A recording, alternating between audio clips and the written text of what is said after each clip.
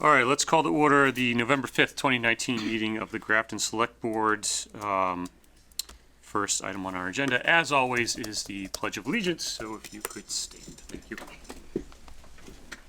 I pledge allegiance to the flag of the United States of America and to the republic for which it stands, one nation, under God, indivisible, with liberty and justice for all. All right, so we have the first item on our agenda is to move into executive session. But before that, as the public well knows, we just recently had an election, and there has been some requests that we take up the issue of reorganization. So if there is a motion on the floor, I will entertain it. I make a motion for Jennifer Thomas to be chairwoman. Second? Motion made and seconded. Is there any discussion? Before we move to the vote, I just will say this. This is now our third reorganization since May. And the last time we did this, the rationale was Bruce had just resigned and we didn't have a chair. Now we have a chair, we have a vice chair, and we have a clerk. We have on the agenda this evening a continuation of the MRC discussion, which occupied a lot of our time this past May. Discussion about adult use marijuana licensing and an FY21 budget discussion. And preliminary numbers show us in the hole by 6 figures, soon to be 7 figures next year. I would just worry that the public may see us as being more concerned about playing musical chairs than addressing these issues. That having been said, if there's any further discussion, hearing none, all in favor? Aye. All right, opposed? Abstaining? I abstain. Aye. Mr. Chair, or Madam Chair, I should say, as our first order of business, I'm kind of concerned that we called up for reorganization. It was not on our agenda today, so we just took a vote. All right, I just wanted to say, I have no qualms. The chair serves at the pleasure of the board. But in the future, if we're going to take a vote on something, especially something around this or anything else in the future, I would hope that it would be something that would be on the agenda so the public would know that we're taking this up as a discussion item. More importantly, that we will be making a decision. That is all I have to say. Thank you. I agree with that. I think that it should have been on the agenda for tonight's meeting since we have a 5-member board again for the first time in several weeks. So it, probably should have been on as a first agenda item, and I think it was requested by a few board members. I heard from you. No one else talked to me. But it doesn't need to be on the agenda. This is one of the things where I think adherence to Robert's rules, we haven't formally adopted Robert's rules on this board, but when you have something that's an internal item to the administration of the board, it actually doesn't need to be on an agenda because it's not for public consumption. This is how we operate the board for public consumption. So, I think that we've done a pretty good job over the course of the past few months of reaching out to the public and making the public reasonably aware of what it is we're doing. We have reinstituted a public comment section. We've, I think, sort of bent over backwards to make sure that everybody is aware and can come and comment on things that they need to. This isn't one of those things. We're not going to entertain public discussion about reorganization. So I didn't put it on the agenda, but of course, nor did I declare that because it wasn't on an agenda, we wouldn't be doing it. So you guys have spoken. Jen, congratulations. The meeting is yours. All right, we're going to go into executive session for a little bit for the purpose of, what's the technical? Just approval of meeting minutes. Approval of meeting minutes. So can I have a motion to go into executive session? Sure, DeFazio, aye. We'll Madam just Chair? Motion first. Um, Yep. Before we start the executive session, I have a question about the rest of the reorganization Oh, items? yes, good thought. Sorry, Um, sorry, Donna. So. Yes, who's- because I vacate, the vice chair position. Yes, Right. So do you have a motion, Donna? we need a motion for Vice vice chair. I move that Doreen DeFazio serve as vice chair. Do I have a second? Second? Any discussion? Hearing none, all in favor? Aye. Aye. Aye? Aye. Okay. Aye, sorry. And then, clerk? I think that, this is the one role that's sort of stayed the same since May, and, maybe leaving Peter in the position if he would continue being clerk Do you want would to make make a motion? sense. Sure. I make a motion that the clerk remain as Peter Carlson on the select board. Second. All right, any further discussion? Hearing none, all in favor? Aye. Aye. One thing, you do need to speak up when you're talking. Can we get you a longer mic? I don't know. I asked for a lapel mic, but they won't Yeah, give me one, all right. so. Okay, Madam Chair, there's also one other thing. Both Doreen and I are on the Disabilities Commission right now, and there's only one member from the select board on that, so I think we need to identify which of us will serve on that, and then we'll have to probably post for a new member of the Disabilities Commission. okay. We can. since I'm it's all happy to part of remain on that. restructuring. All right, Tell you Okay. the truth. Okay. I make a motion for Donna Stock to take over as select board representative for the Disabilities Commission. second. Oh, sorry, any, further discussion? Hearing none, all in favor? Aye. Right? Aye. All right, thank you, Donna, for reminding me of those things. Will It we have to wasn't on the agenda. post something? I'm Yeah. sorry? Will we have to post for a member at Yeah, large? well, Post the vacancy. Okay. And mine was a 3-year term. So I don't know what Doreen's was. Mine was a 3-year term as well. Mine was a 2-year term. Yeah, So I guess it would be a vacant one for the 3-year term. yeah, so we will, post those and, thank you. All right, so we're gonna go into executive session for purposes of, approving some minutes and, we had a motion. Do we have we need a motion to go Oh, we into need a exec- motion yeah, first. Yeah. I make a motion that the board goes into executive session For purposes for, of, minutes. yeah, for purposes of approving meeting minutes. A second? Second. Okay, by roll call, DeFazio, aye. Thomas, I. Prisby, aye. Carlson, aye. Stock eye. To discuss these matters in open session will compromise the town's position and needs to be discussed in executive session. So, we will be back, thinking, 15 minutes? Or, we're not counting on it, I would say inside of 15. inside of 15. You have 3 seconds, I think. Okay. Thank you.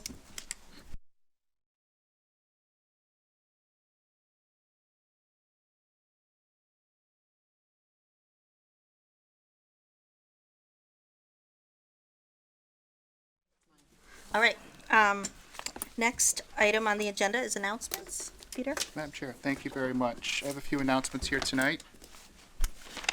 Grafton Library Building Committee will be holding a library renovation and expansion project groundbreaking at the Grafton Public Library at 35 Grafton Common tomorrow, Wednesday, November 6th at 10:30 a.m. The public is welcome to attend. The event will be held rain or shine. Please note that the library's temporary location is at 53 North Main Street. We'll have a delayed opening that day. Tomorrow, November 6th, they will not open until 1 p.m. The Small Stones Festival of the Arts will be held on November 8th through the 16th. The festival is made possible through the collaboration of Apple Tree Arts, the Worcester Country Camera Club, and the Blackstone Valley Art Association.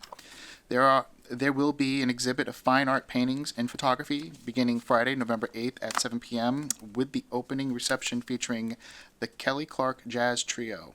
The exhibit will also be open Saturday, November 9th from 10 a.m. to 7 p.m. and again Sunday, November 10th from 11 a.m. to 4 p.m. The exhibit is free.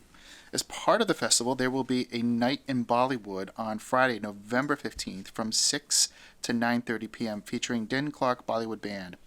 as well as a production of A Soldier's Tale presented by the Claflin Hill Symphony Orchestra Chambers Players and Apple Tree Arts actors. Tickets for these events may be purchased by calling Apple Tree Arts at 508-839-4286.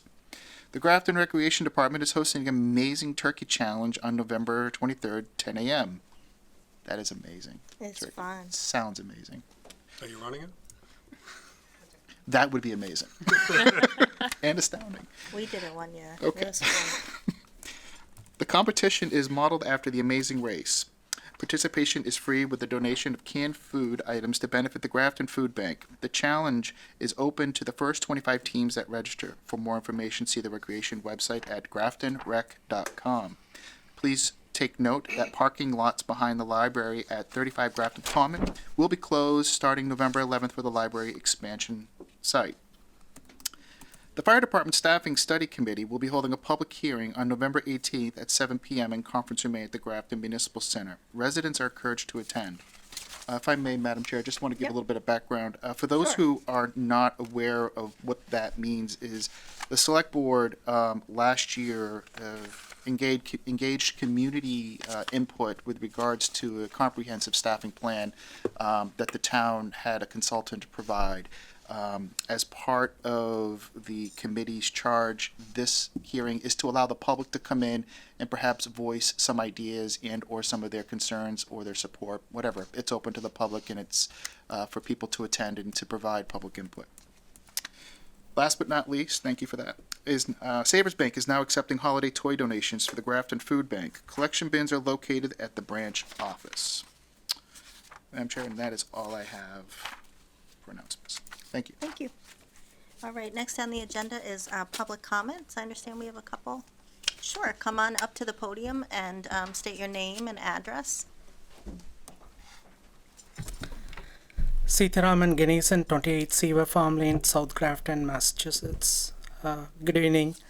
I'm here to talk about safety in public way. It is happening in the street that I live. I'm talking about the basketball hoop on the public way at Seaver Farm Lane. Kids and adults play basketball on the public way. I'm not against basketball. You guys, I attached some evidence, like the pictures of the basketball hoop and the kids play. People should pursue their own personal love on their private property, not public ways. Section 2, Section 9, and Section 22 of the town bylaws are violated on my street. I request the town to enforce the law. Can I stop you for a second? Sure. What does Section 2 and Section 9 and Section 22 say concerning? So Included. it's right here Okay. in the packet.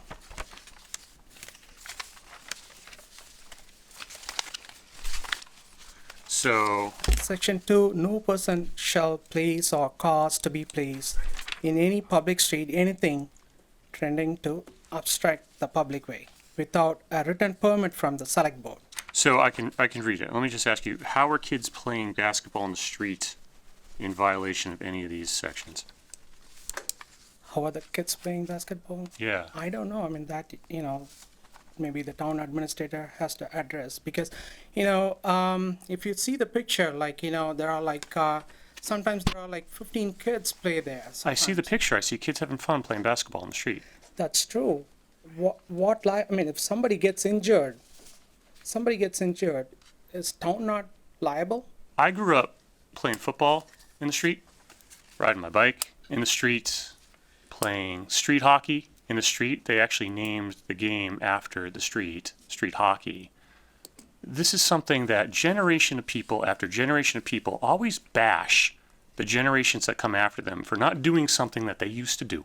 And I have heard adult after adult, my generation and older, continually bash kids these days as not getting out of the house, spending too much time on the screen, and playing too many video games. So now here they are. They're getting out of the house. They're playing basketball. Which is a good thing. I would say I'm not against kids. But you just I'm in the not street. against. No, I'm not against kids. Let me speak. I'm not against kids. I'm not against basketball. I'm against safety. If somebody, God forbid, if an accident occurs, you cannot pay the life back. I know you grew up in certain way. We're not liable here because somebody was playing basketball in the street. How come? How come? Because there's such a thing as the Municipal Torts Claims Act, okay? Assumption of the risk. So there are kids that are playing and they're playing in the street. So what's really the issue here? Is it because they're playing next to your house? Safety. Where do you My live? concern is safety. Is this basketball hoop out in front of your house? Not in front of my house. Where is it relative to your house? About like 7 buildings away. Okay. So that's it. There's just safety. Safety. That's my. Okay. That's why I'm here. Safety. I don't want a life to be lost. That's my concern. Okay, we have a question down here. Hi. So I'm assuming that you have to go past this basketball court when you get to your house and leave Seaver Farm Lane to get onto Milford Road. Is that correct? That's correct. Have the kids ever not moved out of the way?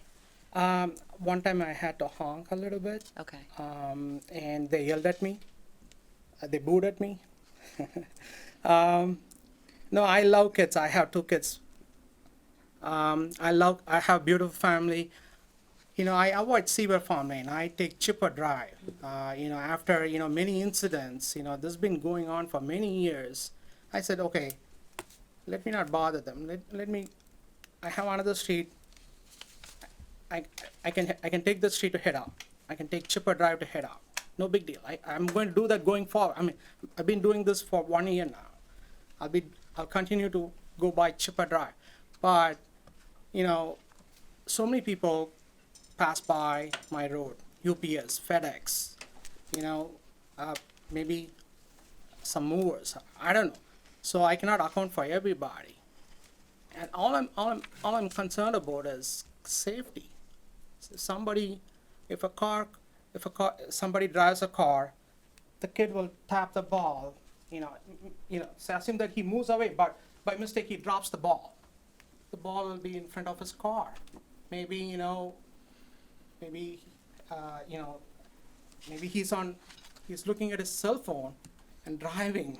God knows, I mean, so many things can happen. Maybe he'll lose control. Oh, let me avoid this ball. Maybe he may go on the other side. That could create an accident. Mm-hmm. Accident can happen anywhere. That's my point. Yeah, I understand and appreciate that point too. I think it could happen even if you moved a basketball hoop into a driveway and a ball goes into the road. And I have to agree with Ed as well that, we grew up playing on the street. I don't know a solution. There's no parks in that area for kids to be able to walk to and have access for playing basketball outside. So, that's the other side of my concern personally, is that I don't want to discourage children in that neighborhood from playing outside. I'm not against children playing. No, and I'm not saying you are. And I love the play. my last question to you is, I see that there's some names written down here of people who agree with your statement tonight. Have there been any discussion in the community of a solution? Well, I'm proposing a solution. They can put the basketball hoop in the cul-de-sac in Blackstone. It's only dirt sitting in there. Maybe, that's a safe place for the kids to play basketball. Okay. All we need is to put a tar there, and level it, and, we can have that basketball hoop installed there. That's pretty safe for the kids.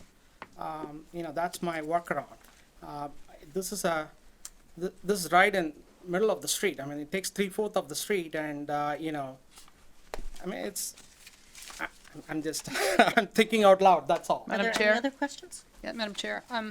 My only concern looking at this photo is, I know the neighborhood, and know that it's not heavily traveled, but what's to prevent any other resident painting a basketball court on a public way without any approval whatsoever? And it says we need. Get to that point, though, it'd be a good place to be. Sorry. So that's, as I said, my concern. It said there shouldn't be anything that would obstruct the public way.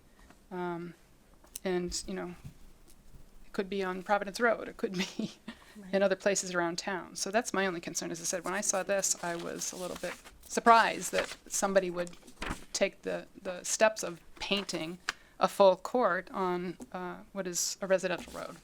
So Say, assume that if I want to paint a chessboard on the street and play chess with all the kids that I know, can I do that? Go nuts. Any other questions or comments? Yeah, Madam Chair. So I understand you brought up some of the violence. Let me ask you, did you go to the police?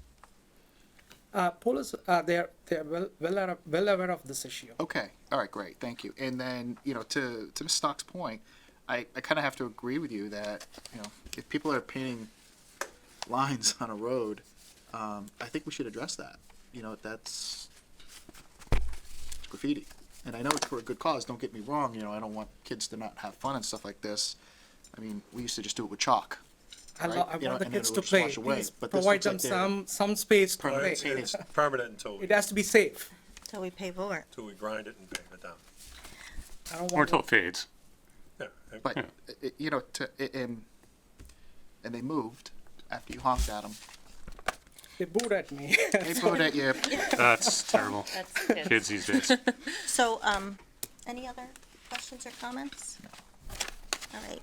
I was looking over your list of, people that signed your statement, and there's only one. Am I only seeing one from Seaver Farm? The rest are not even from the neighborhood. Have you reached out to your I- neighbors and tried to resolve this issue I amongst your spoke to neighbors? about 6 families. 5 of them, they went against my safety issue. And only one was in favor. I didn't talk to everybody though. I didn't get a chance to talk to everybody. Maybe I can work on that. Because to me, it seems like it's kind of a neighborhood issue, like it's something that, you and your neighbors could work out No, together. it's a town issue. I would put it that way because if something happens, a parent can sue the town. The town will be liable. Well, I As don't- opposed to the driver who hit a kid that was in the street? Yeah, say I some, get if a kid uncomfortable when get people start injured, playing liability lawyer with me.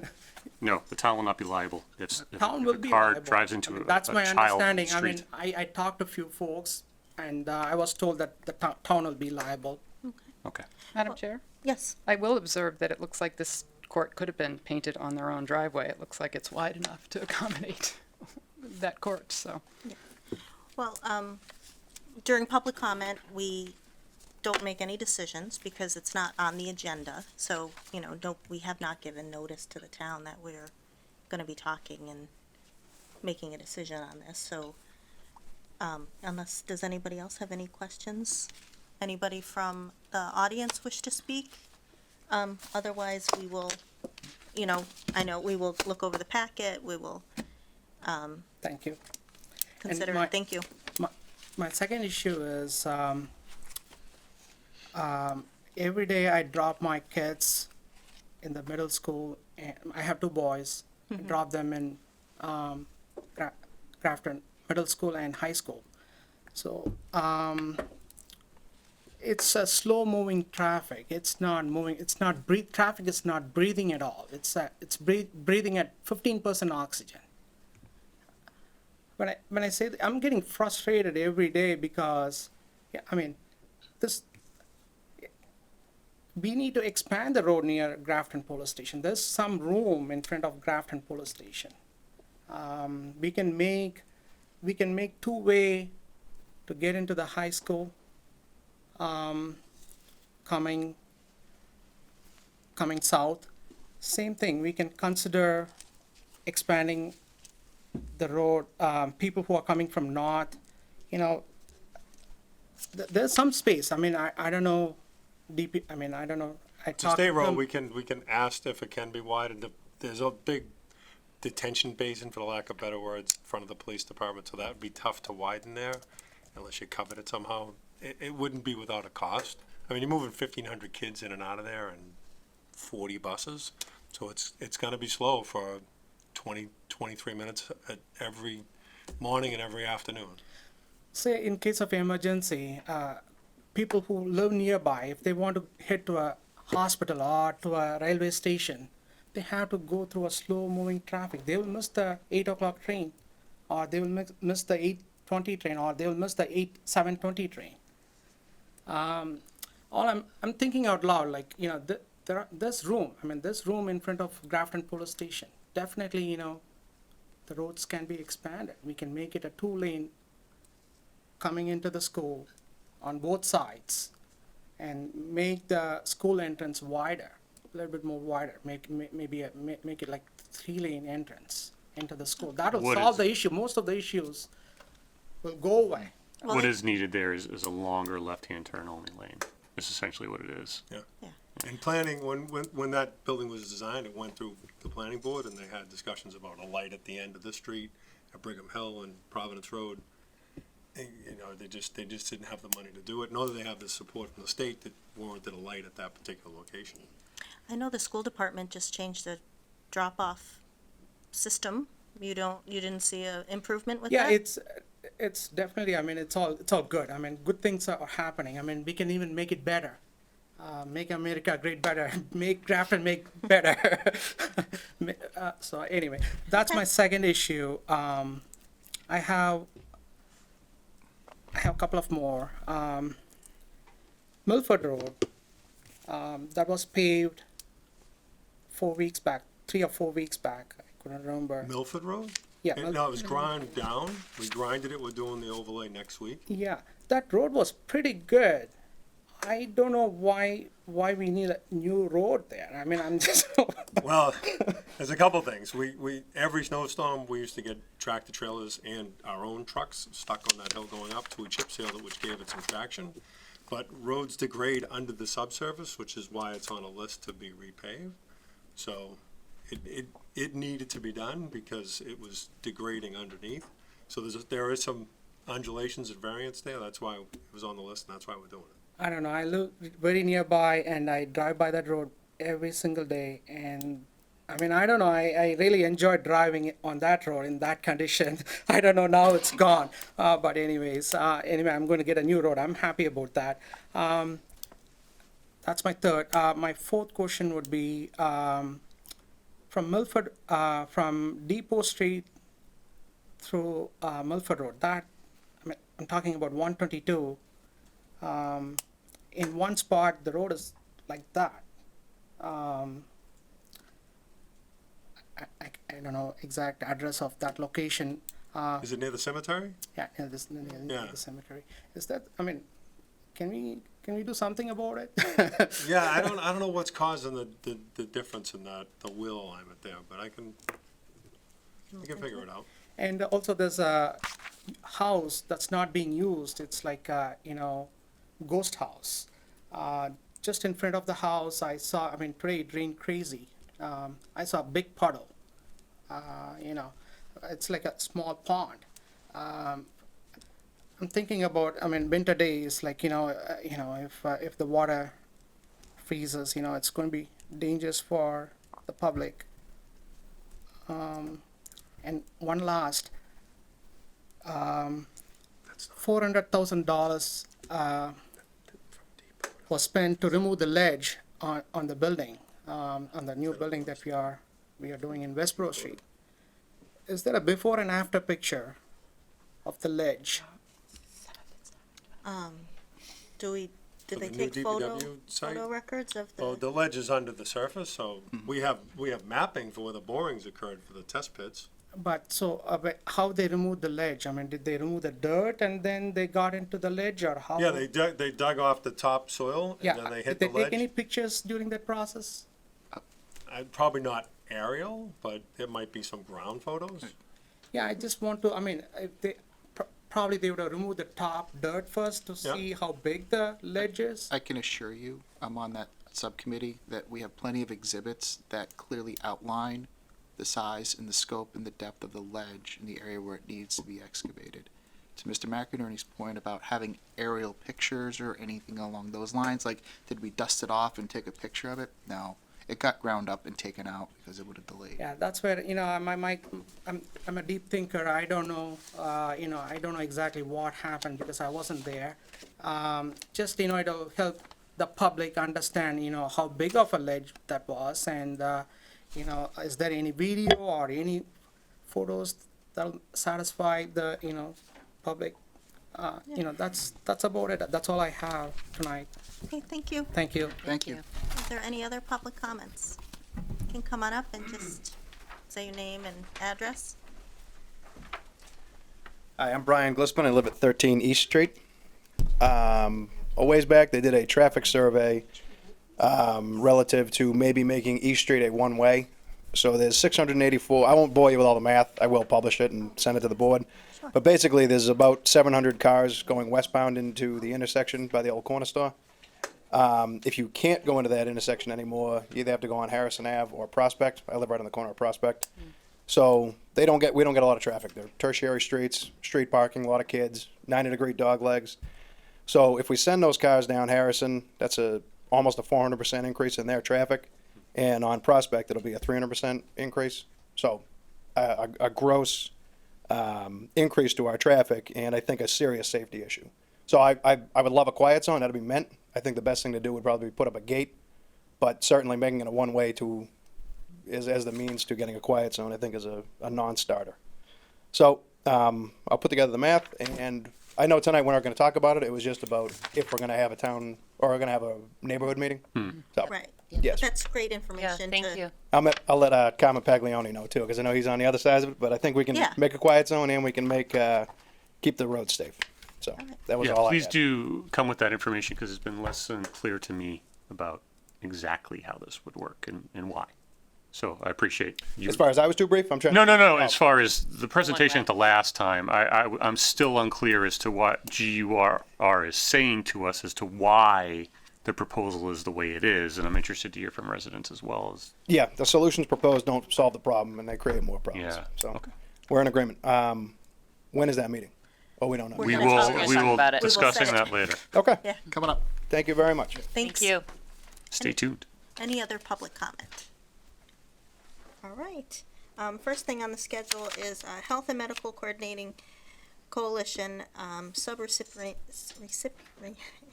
agreement between the City of Worcester and the Town of Grafton for funding year 2020. Tim, do you want to set it up?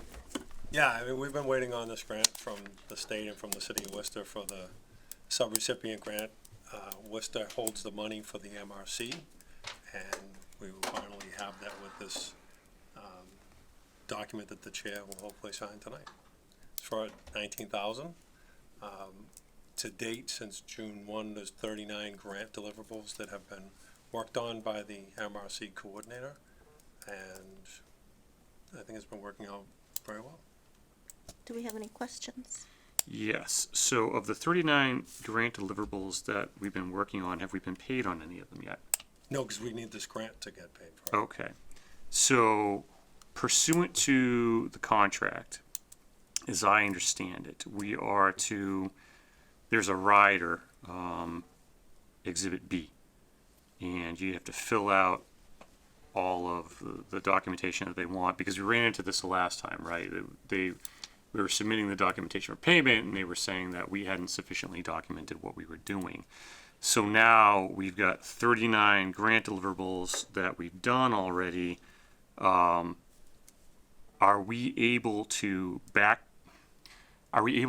these costs? Because this is what we were dealing with before, where we've operated from July 1st until November 3rd, and we're just signing the contract now.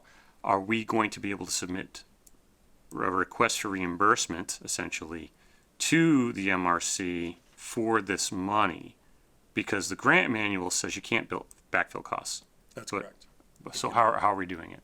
We'll from the date it's signed, going forward, Yeah. we'll be reimbursed for those deliverables met. Okay, but the 39 that we've done so far, we're not going to get paid on? That's correct. Okay. So when Mary Ann was working on this stuff, she's just, is she being? She's being compensated through Health and Human Services grant. Okay. We just have to remember back to, we thought that it was important to keep it intact, keep it in Grafton, and keep the 14 communities.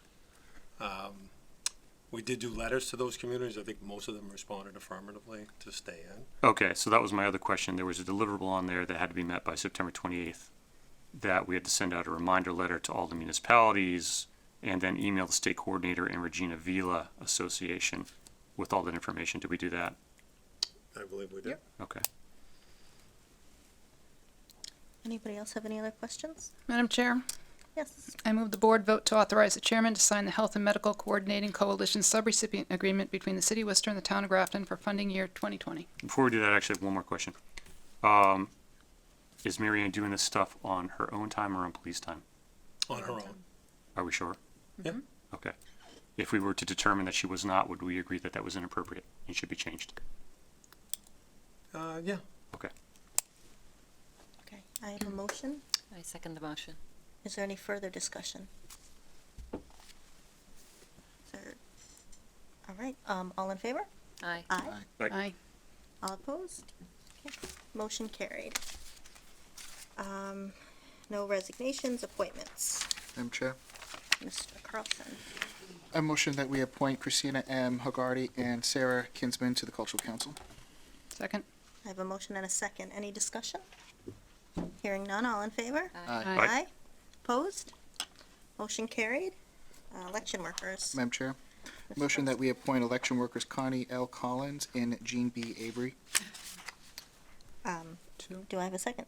Second. Yeah, did you say as election workers? You did, right? I just missed it. I'm sorry. Okay, sorry. I have a motion and a second. Any discussion?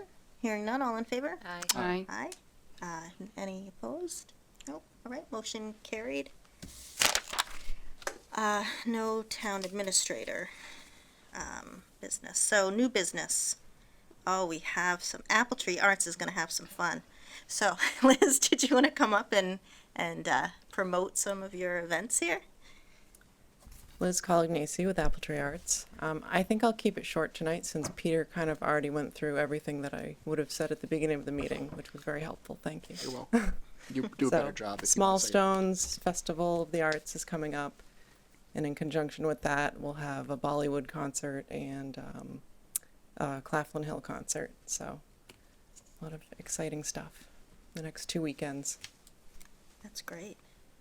And the Soldier's Tale, what is that? Yeah, so that's the Claflin Hill concert. okay, It's okay. next Saturday, the 16th, and it's the music of the chamber orchestra. In addition to, there'll be actors and dancers on stage with them telling the Soldier's Tale.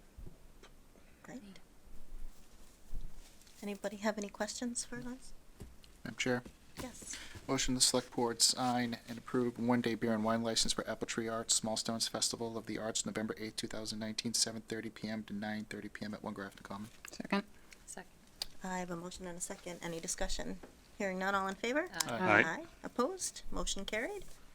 Next. Madam Chair, Yes. I motion that the select board sign and approve a one-day beer and wine license for Apple Tree Arts at a night in Bollywood, November 15th, 2019, from 7 to 9:30 p.m. at One Grafton Common. Second.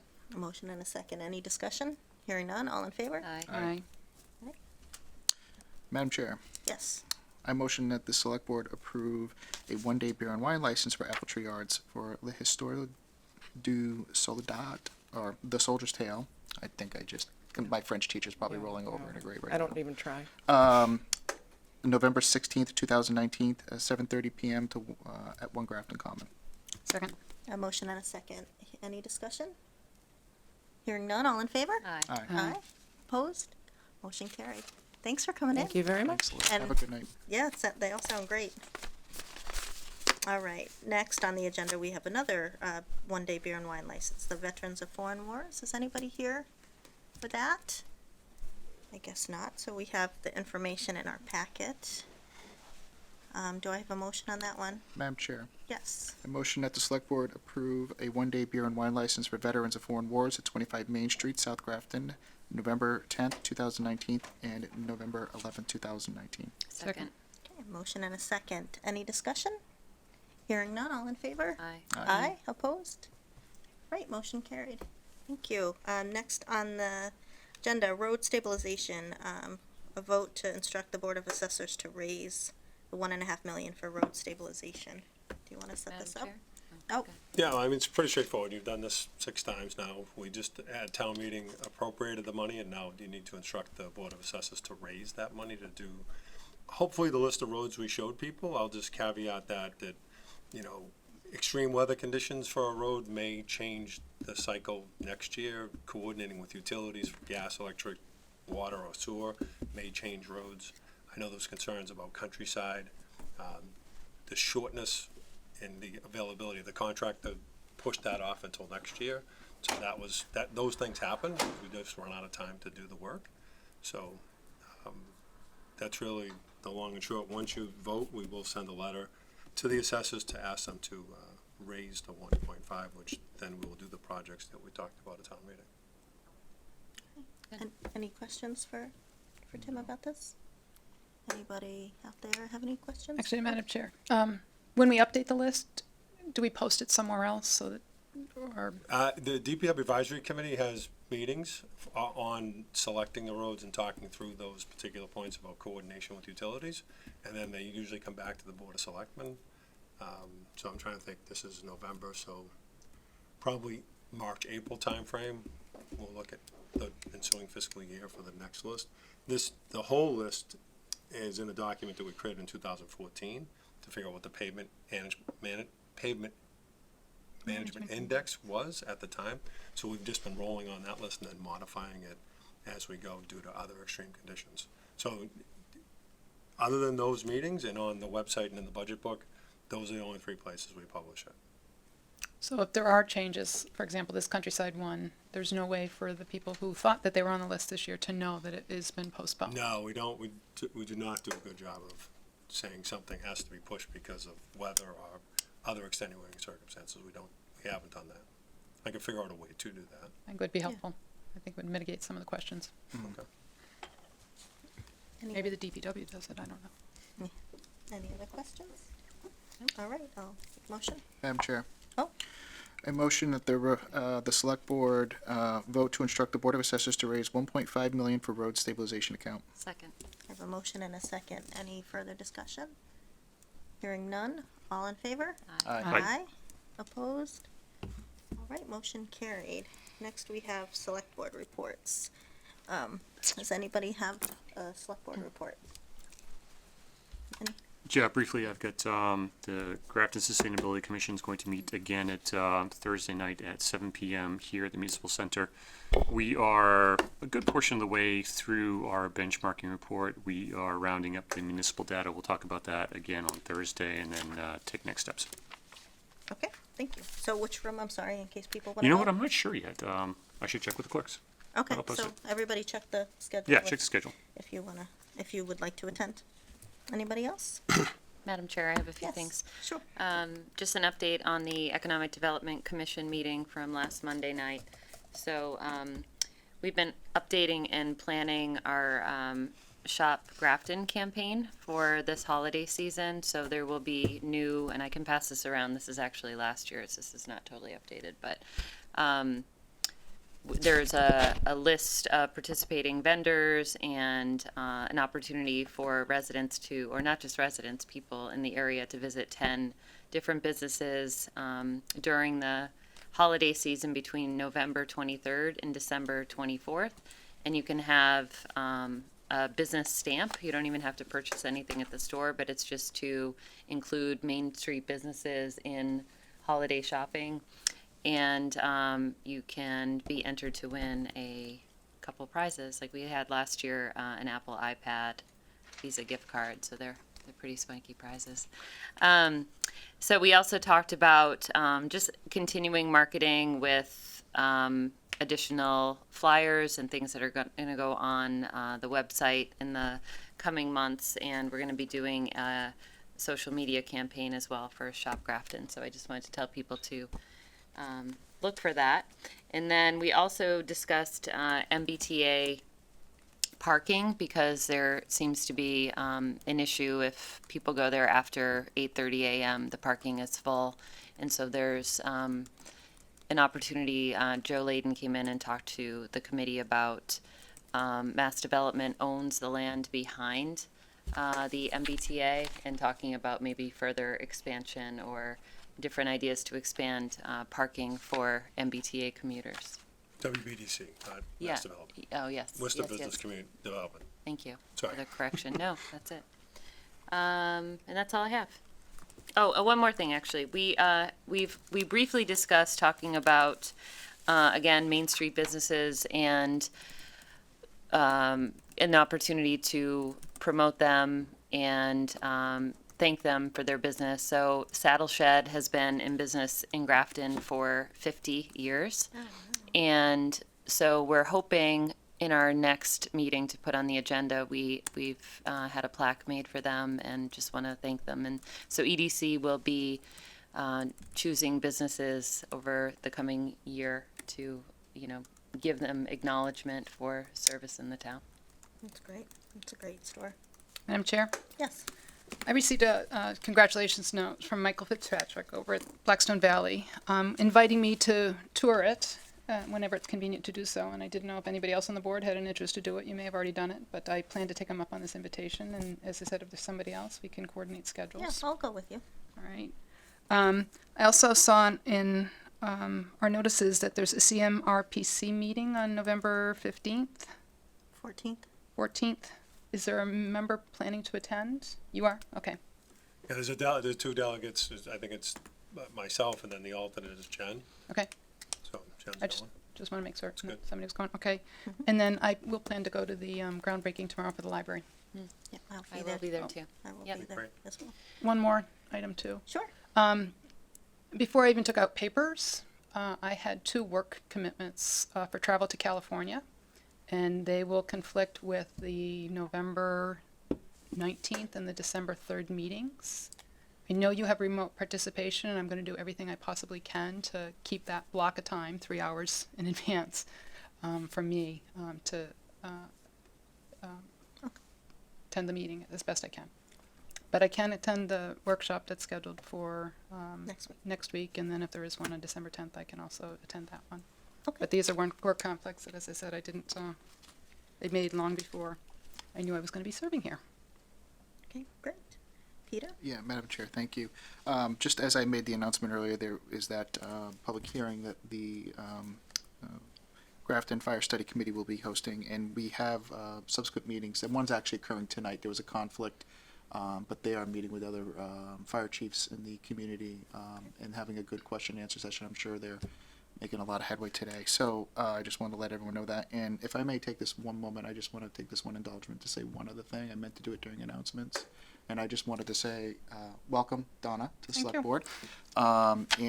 It's great to have you here. I'm excited to work with you. And if I may make one other comment, ladies and gentlemen, this is history right here. There are 3 women on the Grafton Select Board. Yeah, absolutely. Going back from the days of Cindy Ide, who really broke the glass ceiling here. Cindy. Sorry, Cindy. Well, you got credit. Sheila Ide. Sorry. I like the credible youth service. But I, being a long-term Grafton resident and seeing the participation and the diversity in this town just grow is very exciting. And I think that this is just showing Grafton is the place to be right now, and that this is history. And I just want to say, it's fantastic. Thank you. Thank you, Peter? Peter. Well said. Yes. All right, I just have one. Yep, after One you, I select- have one more thing. Oh, okay. We have a lot of I reports, which is great. I had a meeting with the Coalition for a Healthy Grafton, and I just wanted to reiterate that this committee exists. It is you can come. There's no formal membership, but it is a committee that we meet at the high school, which the time is not really easy for a lot of people, but it's made up of educators and administrative staff, parents, members of the Health Alliance are the real drivers of it, and pretty much it's a group that tries to bring programs into town. Mark Alves also serves on the committee, our school resource officer. Recently they brought in Ruth Potee to speak about addiction. And so it's just, if anybody has an interest in health and wellness and that sort of thing here in Grafton, I just wanted to invite everybody. Everybody is welcome. The next meeting's November 20th, again, at the high school. It's in the conference room behind the office, at 2:15. So I know that the time of the day is difficult, but, we have a lot of teacher participation and it's not that difficult for them at that time of the day. So 2:15 at the high school, Coalition for a Healthy Grafton, just giving it a plug. It's a great little committee. Thank So you. that's it. Doreen? Yeah, I don't know if this is the appropriate time to bring this up, but as we talk about scheduling too, I had a conversation with Ed, because he was chairman, about CIPC and maybe next steps after the bylaw didn't pass at town meeting, that, you know, they report to us. So I think it would be in our interest and their interest to have a conversation about next steps and, you know. That'd be great. A Okay. workshop would Yeah, be great. yeah. So I didn't know if that was something we wanted to put on the calendar. We could. I think that we'll have to reach out to the chair and convince him that it would be worth his while. I know he was pretty discouraged. So Okay. Okay, well, we can, do you want me to reach out to the chair, or would you like to reach out to him and see if we can find a If we time? figure out what date might be a good workshop, then Well, do you the wanna try natural and one would coordinate? be, would be, probably next week's too soon. yeah, the second week in December, Would be the second week in December. If, so it's at the 12th. yeah, if you wanna reach out and see, and if not, we'll find another date maybe that works for them. that would be the 10th. Sorry. All right. Madam Chair? Yes. One of the items I requested was the list of subcommittees that everyone's on, and I'm looking at that list right now, and it shows Peter Carlson both as the selectman's rep and the school committee rep. Has that been updated on the school committee side? Yes, that has been. Okay. Who's the member there? I believe it is Amy Marr. I believe it is. You have to check with the chair of the school committee. I haven't been to a meeting in 6 months. Okay. All right. Any other selectmen's reports? Town administrator report. I just have a couple things relative to Main Street and that project that we're working on with TIP funding. We do have to go through this formal process for an appraisal. There's an appraisal of the properties that we will either need a permanent or a temporary easement. We're sending letters to all of those folks tomorrow, and there's probably 200, 250, but we have to go through a formal process of figuring out how much the appraisal would be for that temporary taking. So we have to, the federal government makes you do an appraisal for all those individual parcels, then you have to hire another appraiser to appraise the appraisals. So bureaucracy upon bureaucracy. So we have that bid out on the street. They're coming back on the 18th. The quotes we have were, in my mind, worth more than the value of the taking for all of those parcels. So it's sobering, but we will see what the bids come back with.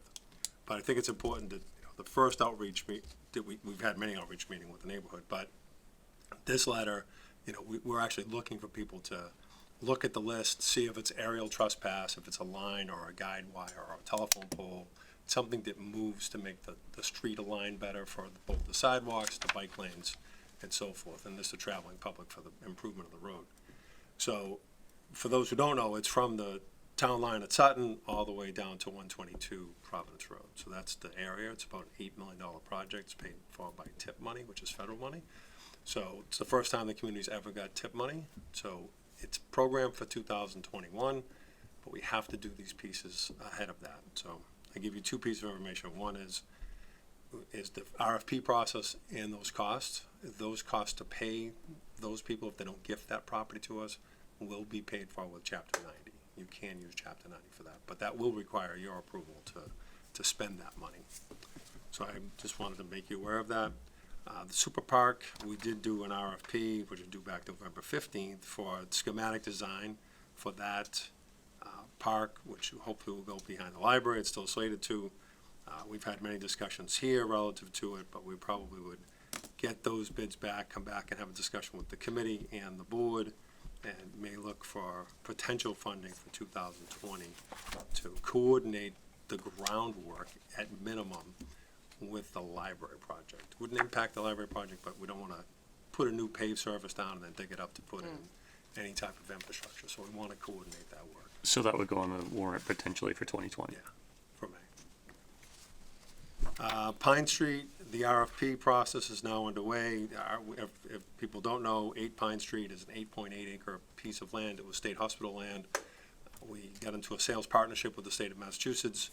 We own that parcel now. We have to have the RFP reviewed by Mass Historic and DCAM before it goes live. Once we get their comments back, we hope to make that RFP live for December. We already have, just got an email today from a developer who's interested in parcels that we have, so we're pushing the 7 priority development sites we have in Grafton, and that is one of them. So that is underway. We just closed on that at the end of August, so I think we're, moving aggressively to make sure we get that project turned around moving forward.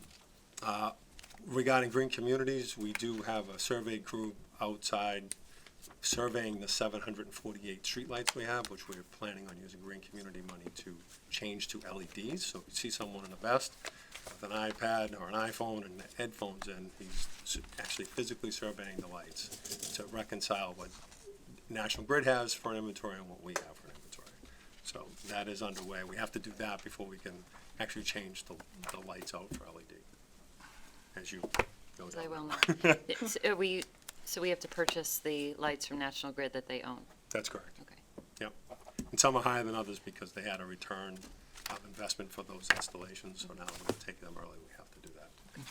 The 2 biggest pieces were insuring the poles and then a maintenance contract for changing the lights if they were to burn out, and then I think there's 150 poles that we're actually would be responsible for if they were to. Okay. I just want to thank the Health Alliance, the Police Department, and the Board of Health. On the 26th of October, the National Drug Take Back at the Grafton Police Department. The numbers were amazing. There was 155 pounds of prescription drugs that were turned in, and they have 2 boxes of sharps. I mean, like real big boxes. So there's an effort there to get those things out of people's homes, and the Police Department, Board of Health, and the Alliance should credit them for that work. The EEE, the mosquito ban or the outdoor activity ban has been lifted by the Board of Health. They put that notice out today. I figured I would just make you aware of that, make the community aware of it. And we talked about Milford Road. It was supposed to be done last week, but it's weather dependent now with the snow that's likely on Thursday into Friday. So it could be pushed till the following week, because we never want to pave when it's snowing out. The values for disclosure for the assessor's office is in the Department of Revenue's hands now, and we've had some notice that values were off, and we've gone out and made not adjustments necessarily, but certainly looked at concerns people have for that full disclosure, and we have made some adjustments if they've been warranted. So once that certification comes back, you'll have a tax rate hearing, I think on the 19th, to set the tax rate. We do anticipate, because of the new growth that we've had, that we've enjoyed, from both commercial and residential properties, the rate, don't hold me to this, but our analysis right now shows the rate dropping a little bit. Although our assessed values are high. Yeah, your assessed value is certainly going up, especially on commercial and rental properties like apartments. Those are certainly going up. And the groundbreaking, we've covered that. And then Halloween, if people followed Facebook at all, there was a ton of kids in this building. It was, I just want to say thank you to the staff and all the businesses who were out here, set up tables, gave away candy and other various toys and trinkets for the kids. So that was just amazing to see these kids roll through here. There had to be 400 throughout the 2-hour period that just kind of rolled through the doors. It was a safe environment, and they got loaded up with lots of good stuff. So I appreciate everyone coming out for that, and that is really all I have. Can I ask Great. one question? Sure. Any updates on what's going on Route 30? Yeah, we had 2 bike accidents, 2 pedal bike accidents out Yes. there. We were trying to figure out and assign responsibility to either National Grid or Sumco.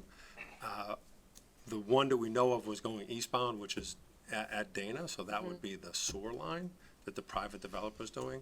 So they couldn't get there today, so we paved that little dip that's at that 90-degree angle, so that should be better. Okay. They're supposed to be here this week, weather dependent again, for that trench. National Grid is still bumpy, but not nearly as sharp as that one was. But needs repair. I've heard from several Yeah, businesses on that it street. does. So are they, You cannot drive fast in any way, shape, or form no, on there. and But now that we've- plowing's gonna be an issue too. Well, I'm hoping that the difference, the inch that's from the roadway existing to the new surface, when they pave that inch, it will be level. But that has to happen this week or next by Sumco. And we're trying to coordinate 3 different contractors here. We did meet with. No, I understand that. I'm just talking as an Yeah. advocate for those businesses down there, and, you know, I sent a correspondence to the board about, you know, a cyclist who was injured, so, you know, I'm bringing it up just because if National Grid is responsible for paving it, and we're getting into the winter season, and, you know, asphalt companies are probably not gonna be paving after December 1st, I'd assume. I'm just wondering. Yeah, probably. I mean, usually we Maybe don't even want to earlier. go after November 15th, but in the case Yeah. where there's an emergency, we will do temporary. That's why we kind of went out there today and just Okay, paved that a bit. But that one is the private developer. National Grid, for right now, we can't see any liability for the bike accidents. right. So that trench is not great, but it's really the private developer who we're partnering with to get the next phase of our sewer line to be put in. So I should mention that with Polito, we did have a meeting with them last Thursday or Friday. And they have to do some submittals. They gotta do some hay baling and some silt fence. So we're hoping that gets done, weather dependent again, by early next week. And then they'll start to excavate. They have a pretty aggressive timeline in terms of being in and out for that 1,500 feet of sewer line. So that'll make the road worse before it gets better. And then we're working a deal with National Grid to do the whole width of the road come the spring, because we have to let that settle. We just can't pave over it and then have it settle, and then we're kind of stuck with a bad road. Okay, so when businesses or residents come to the board and ask for timeline of when this should be fixed, or will be fixed, we should say in the spring.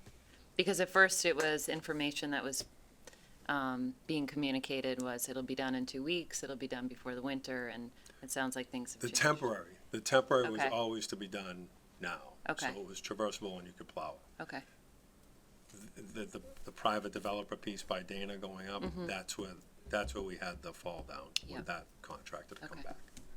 So we took it upon ourselves to do that initial work, and then they'll come back, they'll fix that 1-inch drop at that edge. thank And if you. they don't, then I'll continue to go there and pave it to make it right, and then we'll deal with reconciling later on. Thank you. Any other questions? All right, Peter, do you have any correspondence? I do have a few correspondence. With the board's permission, one of them, resident came here tonight to already discuss Okay. about Milford Road. But the next one I'll read here was addressed to Doreen, which was then forwarded to the select board on or about November 1st. It says, "Hello, Doreen. You probably don't remember me. We met by invitation, like 3 years ago, women's cyclist activists at the cake shop in Middlebury. I'm over in Westboro. I've heard your select board now. I'm starting with you. Route 30 eastbound is a very dangerous cyclist hazard. I can't overstate it. The road construction a couple of months ago left a 2-inch, very long, more than 10 feet road lip parallel to that the cyclists are forced into. Road bike tires are no match. I went down there into the road on a Sunday morning back in late September. Fortunately, no motorists directly behind me. I sat on this too long. A week ago, I was westbound on bike, same stretch, and saw a cyclist walking his bike. He had just gone down on the same stretch eastbound for the same reason, your DPW negligence, and was very banged up. His tights were ripped from top to bottom, with his hugely swollen and very red leg popped out. Jeff lives in Shrewsbury. Out for a nice ride, I accompanied him back to his house. There is little line of sight. It is in front or coming near the Dana businesses. Your town is at serious risk for negligent homicide. Let's say a motorist was directly behind either of us. Very scary thought. Just get your DPW to fix this immediately. This is very serious. Thank you, Alan." All right. Another one that we had earlier tonight as well, by, was it Mr. Glispin? But he came here tonight to discuss that. Do you mind if I skip over that? Yeah, That was that's fine. basically okay. Yeah. Thank you. All right. This is from the Mill Villages Advisory Committee, Julie Roberts. Dear Town of Grafton Select Board, I am writing to you today with the recommendation of the Mill Villages Advisory Committee as voted in on our last meeting on August 29, 2019. Please see the attached minutes highlights from Section 3 Old Business. You will find an outline of our recommendations to the town for further and follow-up actions. We, the Mill Villages Advisory Committee, recommended the following. A. Construction of walking trail around perimeter of park starting at the southern side of the sidewalk starting at Bank going all the way around the park back to Main Street on the railroad track side of the park. B. Place a boat ramp immediately adjacent to walking trail for entrance to Blackstone River. C. Fitness trail. Have exercise points adjacent to right-hand side of trail with signage in stations. D. Picnic tables on railroad side of park, on grass area on the federal land strip there just north of the greenhouse area. All dependent on funding, we further recommend using the existing Mill Villages funds as well as available and approved town funds, CPA, Community Preservation Act, state grants, federal grants, and other available funds. And since we are advisory only, and since in the past all these grants and actions were taken through the planning office, we recommend these grants be funding. Recommend these grants for funding be made through the planning office. For the above recommendations, we look forward to hearing back from you, Julie Roberts. Maybe we should get Mill Villages in too, huh?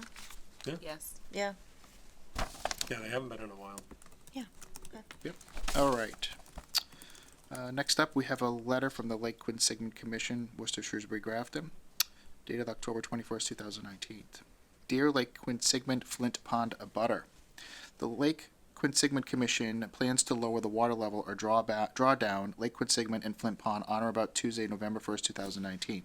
The Irish Dam in Grafton will be lowered 2 or 3 inches a day until the water elevation in Lake Quinsigamond and Flint Pond is 24 to 30 inches lower than normal. The purpose of the drawdown is to expose the roots of nuisance aquatic vegetation proliferating in Lake Quinsigamond and Flint Pond to freezing temperatures and thereby reducing some of the heavy weed growth along the shoreline and in the shallow areas of the lake and pond. This proposal has been subject to public hearings and is approved by the Conservation Commission in Worcester, Grafton, Shrewsbury, and the Mass Department of Environmental Protection. This is your notice that the 2019-2020 drawdown is about to begin. Lake Quinsigamond and Flint Pond will be refilled by April 2020.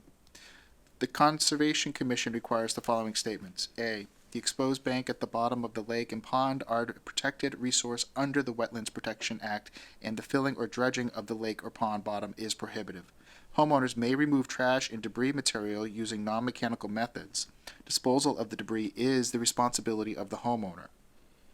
Debris must be disposed off-site in accordance with all local, state, and federal laws and regulations.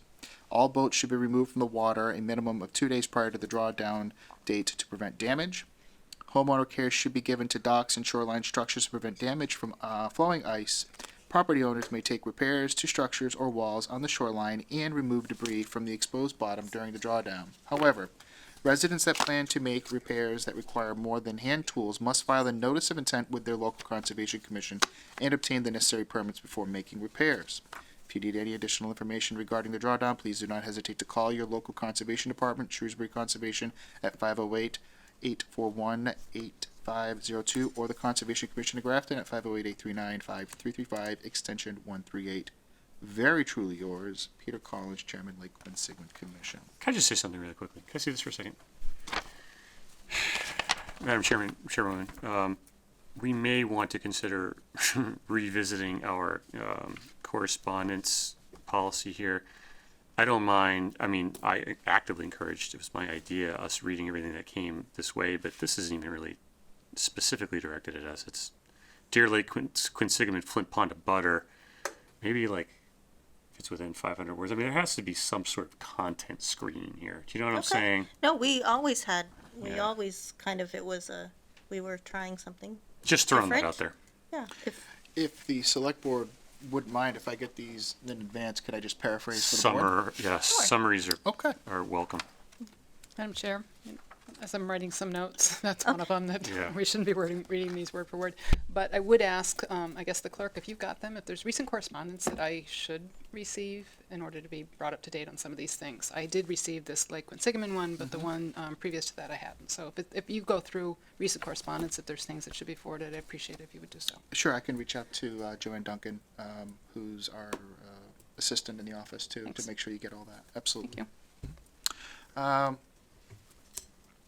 last but not least, we received a letter from the Mass State Lottery Commission. I'm going to paraphrase here real quick. They're literally saying that they're offering Keno Monitor to Five Star Liquors at 197 Worcester Street, North Grafton, Mass. If we object to these agents receiving a monitor, you must do so in writing within 21 days of receipt of this letter.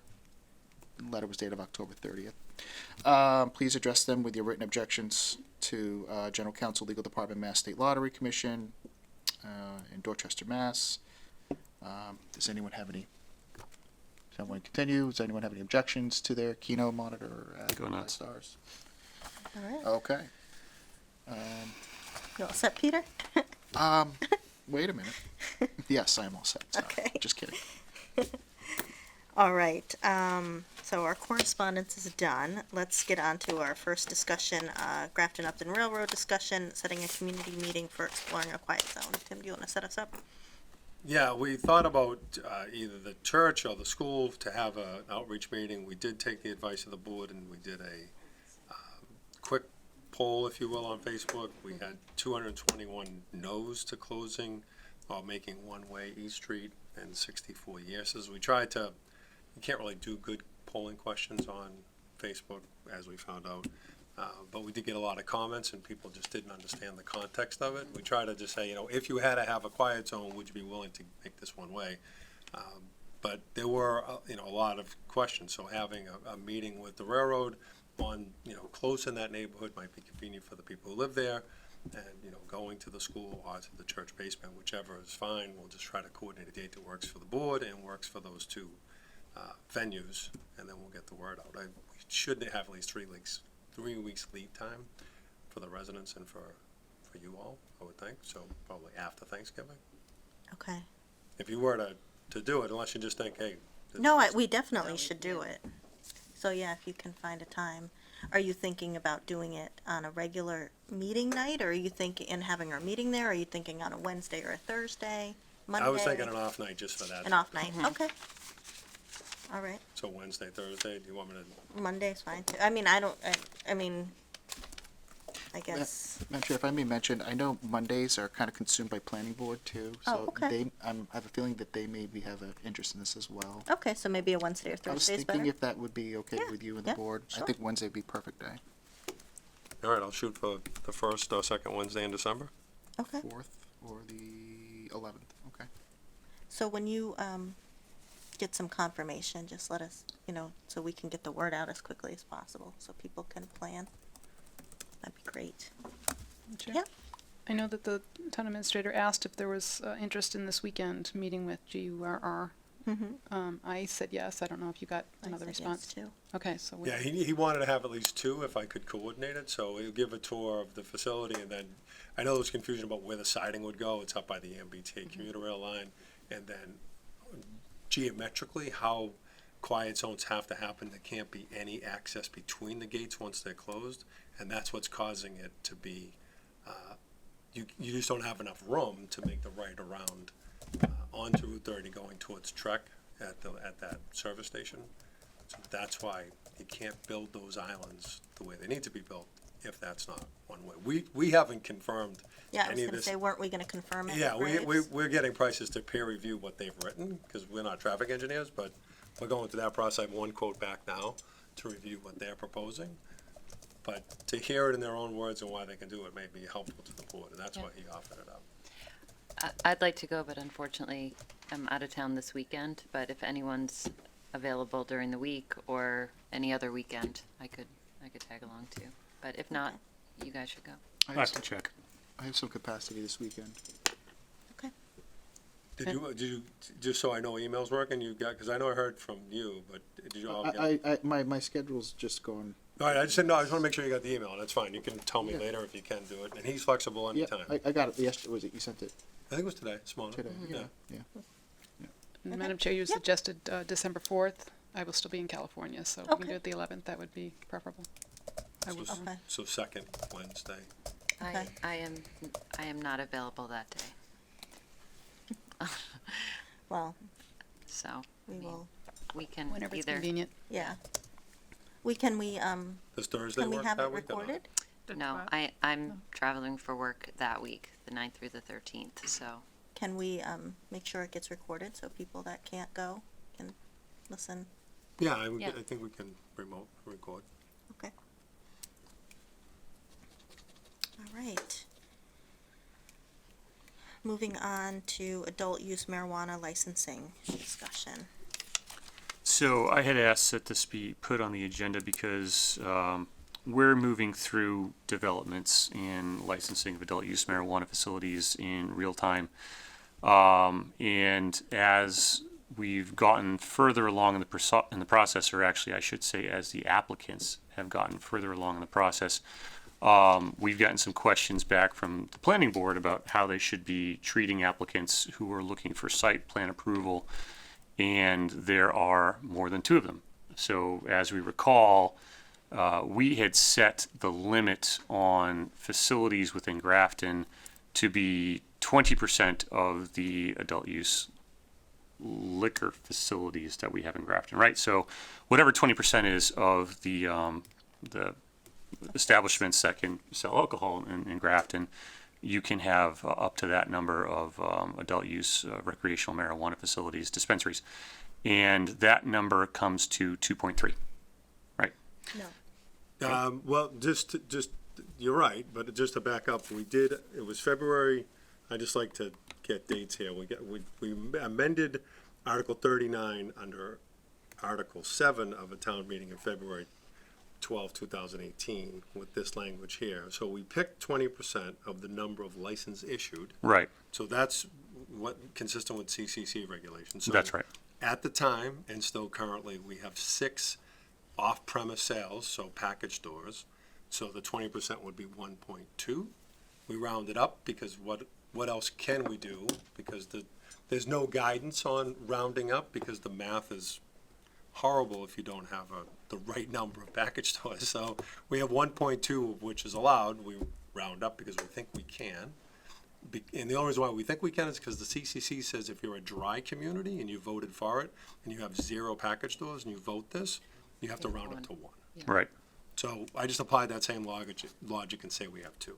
Currently, the board has signed 4 host agreements, knowing full well that you have this particular legislation enacted.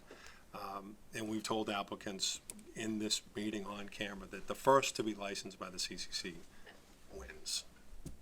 Nobody's sitting over there like that term, but it certainly motivated them to move the process along, because somebody like Nature's Remedy, even though we know they're gonna grow here, they have 32 host agreements, but they can only legally have 3 in Right. Massachusetts. So they hedged and found their best deal.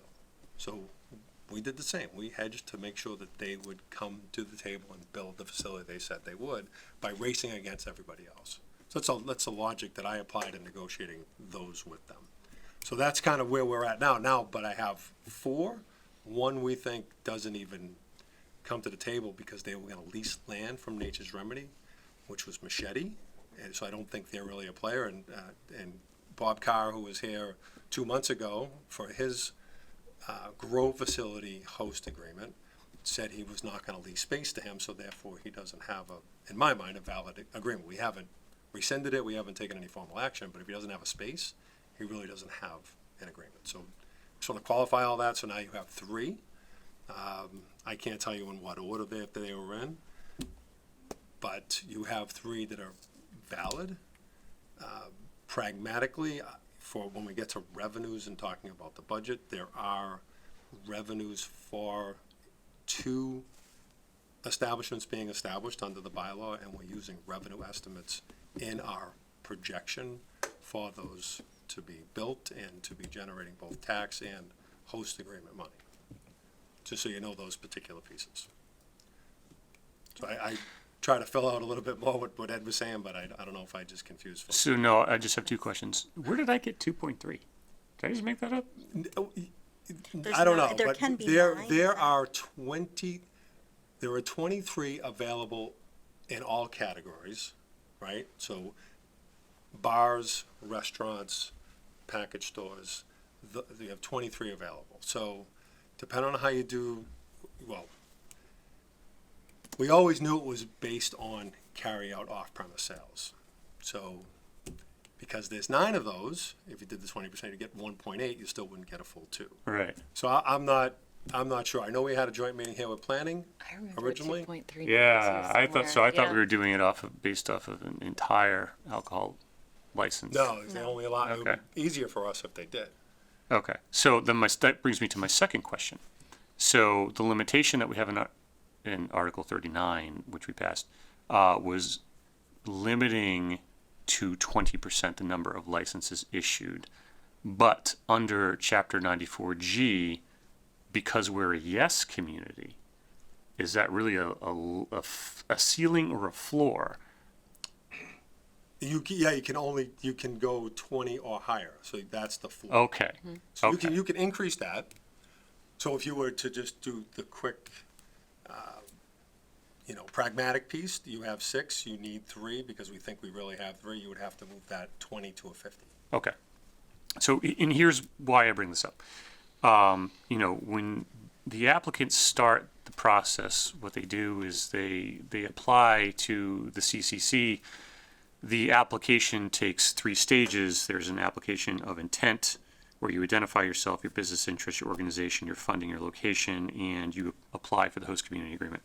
Then there's a background check that they do, and then they do a management and operations profile where you do a snapshot of how the business operates, a detailed summary of policies and procedures. Then the CCC reviews the application, and as part of their review of the application, they actually send the application back to us to review and ask if the applicant has complied with all of our regulations. And of course, one of the things that they're going to ask is, do you have more slots, right? So we have, how many host community agreements do we have? 3 or 4, right? Yeah, And 4, there's, I think there's yeah, one that's there's not one really that's maybe valid. not, okay. So let's say we have 3. And in order to get to the finish line on all of these, part of being, getting a final license from the CCC is perhaps, not necessarily, but perhaps a physical inspection of the facilities. So now you've got 3 applicants all building facilities who may well be within days or hours of each other getting a final CCC license, only to miss by a couple hours, having spent hundreds of thousands of dollars on construction. All of which to say that my perspective, admittedly, initially was, hey, come on in. If you want a host community agreement, sign it. Everybody signs the same one. You'll pay an impact fee. You'll pay a percentage of your sales to us. We'll gain revenue. But now, that people are going to be building physical facilities, it's sort of a high stakes game, right? And on the one hand, I think, well, you assume that risk as a business person. We weren't guaranteeing anything to you. You come in, you build a facility, you can sell it and make a bank out of it or whatever it is. But on the other hand, were someone to be denied of the 3 that are legitimately pursuing this, do we end up at court? Some would spend a lot of money. It's just like any number of things that we discuss here, where someone, may or may not have a claim, but is demanding X amount of dollars, and we say, well, what are the legal fees, et cetera. Okay. And on top of that, we're looking for money, So I'm wondering if the best route forward on this isn't just to say, well, it's 3, and we're not accepting more host community applications. We're not. I'm wondering. It's hard for me to even say if somebody comes in here looking for another host community agreement, how do we treat them any differently than we treated somebody before? Because nobody has crossed the finish line here. And what you said about Nature's Remedy is correct. 23 host community agreements. It appeared to me for a while that they were more in the business of collecting those and selling those off than they were of opening facilities. And were we to simply limit it right from go to 2 establishments, we may never have had those 2 establishments. So we're put in a really awkward position. And, I do note, and I know that other people here have read it, there was a Worcester T&G article today and a Boston Globe article today about all of the missteps that communities have made with these things. You have to be really careful. So that's why I brought this up tonight, so that we're all on the same page and just to discuss options going forward with these facilities and how we want to handle it. I think the solve is, in May, you know, you have a town meeting warrant article that amends this to 50 from the 20, and then you're at 3, and then this board as it stands now may change again in May, but you won't entertain any other ones because you'll, But if it or goes, they'll have to know that they are seriously at risk because you only have 3. But if they somehow got approval first, but if you're at 50, that if we have 3 more package stores come in as allow, you know, yeah, then you would have allow, 1.5 more. then So, we, yeah. then But- we would but have I think the 5. economy is gonna dictate more of the licenses that are gonna come. I mean, 3's a lot for a community. I don't know, Well, when we started down this road, we kept it at 2, you know, because we had the discussion at the time, do we keep it at the 20% or do we raise it?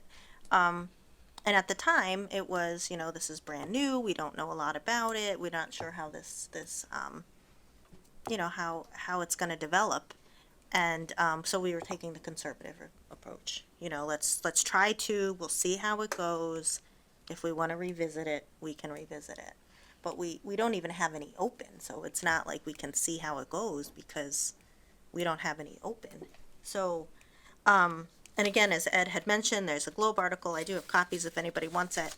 You know, there's all sorts of things going on with host agreements in other communities and towns where there's all sorts of, you know, ethics issues and, just questions about how they're working, if it's fair to the businesses, if they're fair to the towns and all of that stuff. So, I mean, it's possible that these rules will get changed, you know, or Yeah. tightened up or in some way. So it's just, I mean, it's certainly good to have the discussion. I mean, we cannot change it without town meeting approval anyway. Well, there's 2 different things. So I suspect as time goes on that the host community agreement may well go away, and I don't know how that's going to work with the people who are going to be operating under them. You know, it sticks in my craw that this is the only business that we compel to come before us, explain their modus operandi, explain, you know, their banking and all the rest, and then extract from them a fee for their operation. When we don't do it to any number of other facilities. I mean, I wish CVS had paid us a portion of their opiate sales over the past 10 years so that, you know, we could start to claw back some of the community impact from all that, but we don't make them do that. So, you know, what could be a community impact seems to me to be somewhat nebulous and a little bit, well, I won't go there because we're getting the money anyway. But all the same, the CCC doesn't care how many licenses it issues, and it's said that. So as far as they're concerned, there is no race to the finish line. But as far as we're concerned, there is, because we've decided that we're going to limit the number of establishments in town. I suspect that Tim is right, that ultimately the market's going to dictate how many you're going to get in a community. I don't know if you've been to any. I've driven by some, and the parking lots seem to be pretty quiet, you know, for a lot of these places. And I suspect that they do steady business, but I don't know that if this particular community is going to support 2 or 3 or more than 3. I find that hard to believe. So I'm openly wondering how useful any of the infrastructure that we put up around this is, aside from allowing the planning board to dictate the special permit process, which is going to discuss, you know, traffic and suitability of the site, which I think is really what people are concerned about when you talk to people about this. It's suitability of the site, how far it is from the neighborhood, how far it is from schools and the traffic. That's mostly it. Madam Chair, Yes. just curious, through the administrator, who is available to advise the select board on what options we may have or questions that we have to address? I mean, is it a representative from CCC? Is it talking to our state legislator? How do we get more information? to come before the board and have a discussion about it? No, just even to pursue, if there is a question that we have that we want to, The folks at CCC are very nice. They have a lot of stuff on their website, but the stock answer from any state agency, I just want to be careful, but they a lot of the times when you call with specificity, they say you need to talk to your legal counsel. okay, so it is our your legal town counsel. But there's no expertise there either. So I'm an expert only because I read every stupid link on their website, which I'm still not an expert because there's still nuance there that you just don't know. Right. Because originally we thought it was all licenses, so maybe that's where the math came from, because we Right. thought it was all, and then they put out a report or an IGR that says it's really package stores. Just so you know, that the host agreements we have been modeled after approved ones by the CCC, so we didn't kind of make up our own language and write our own document, just so, because you weren't here when we did it, so I need people to know they're approved documents from the CCC that we use for the three that we have. So I don't know what the answer is, other than asking town meeting to make that, to go to 50%, to accommodate the three you have agreements with now. But again, even if you had that, if planning board denied one or CCC denied one, I'm still left with two. Right. Right? So I don't think three mathematically from an economic standpoint work. It's the same theory as a cell tower. You're not gonna put two cell towers next to one another because it's not gonna be feasible. Right. So I don't run the numbers. People say there's a lot of money in it. I don't see three. Okay. Does anybody else have anything to say? Anybody from out there want to say something? Madam Chair, yeah. Oh, yep. For community, so technically we have 4 host agreements that this board has approved, one's questionable. And dependent upon whoever the first 2, based on what our current rules are, get set up, that's it. That, the other host agreements are kind of like you're sitting in limbo until someone decides to close shop, and then perhaps they could go forward because they would still have a host agreement. So, I think a good question is, how long are host agreements really good for? So 5 years. 5 years from the 5 date years. of the first Yep. sale. But from the if first, you, wait, let me ask my question a little bit better. I think I know you're trying to answer it. But I'm not using it yet. So Right. how good is my host agreement? In other words, I'm sitting on a host agreement in Grafton. I don't open a shop for 6 years. a year. So if you start your application process, the CCC will kick you out after a year if you've not finished it. But Grafton doesn't kick them out. No, But they have a Grafton host doesn't. agreement. Right. But it wouldn't be approved in the CCC. Okay. after Right. a I see. year. Okay. And you remember, our host agreement is a step along the way to make application, and it's not in effect until they have a CCC license. So it's a complete chicken of the egg, Yeah. chicken of the egg 3 Right. times, because who's responsible? Where does it end? Right. So that's why because I could have said, all right, we'll do a host agreement with you, company A. 3 months you must apply for X, whatever it might be, planning board. 3 months after that, you must have approval. 3 months after that. If I did that with these 3 groups, they would have never been here. Well, so that's the other thing too, right? I mean, we're not New Bedford, Fall River, some of these bigger communities where they were legitimately getting in trouble. Well, Leicester, I guess. But, we're competing for the revenue, so when Michelle Delisle came in and she was mentioning, well, there are a lot of other things that you could ask for from these places. Well, that's true, but we want them to open here too. Like we're I'll say we're looking for the money. We are starved for revenue. We need the revenue. This is a revenue source. And I think we're welcoming it with open arms. So we're not doing a lot of what you saw from the other places. I mean, one place was, I think they said $15,000 just to start the conversation. Well, we don't do that. We shouldn't, but we don't anyway. So I guess my point was, Madam Chair, is I know we're not making a decision tonight, but if anyone else comes with a host agreement tomorrow, Right. we're going to entertain that. We're going to talk about that, and this Right. board may or may not approve that, right? Yeah. But that's still something that we're going to continue, even though technically there's only right now 2 that are limited. If we have 6 host agreements, we could have 6 host agreements, but no stores open in Grafton. Yeah, but we'll be upfront and honest, like we were with every single other company that came before us, that we only have 2. Right. And that it's, we've been upfront about it. We haven't, Oh, this is nothing I'm not saying Yeah, we we have been. I'm just Yeah. saying that there is, what we're talking about tonight is just the logistics to Mr. McInerney's point about the chicken or the egg, which one's gonna happen first, and then once you hit 2, the other licenses kind of go away after a year because you can't really move on them, and according to what we heard tonight, the CCC says after a year of inactivity, doesn't matter how many other host licenses you had, those they would have to start that process all over again if our number were to increase, or if they wanted to come and re-up their host agreement in hopes that maybe someone closes and they want to open in their place. One thing we might think about going forward, and this is just a thought, that the act, the chapter 94G does allow municipalities to set their own guidelines for approval, so long as it doesn't conflict with chapter 94G. One of the things we might think about is some guidelines for accepting new host community applications when there are other applicants in the pipeline.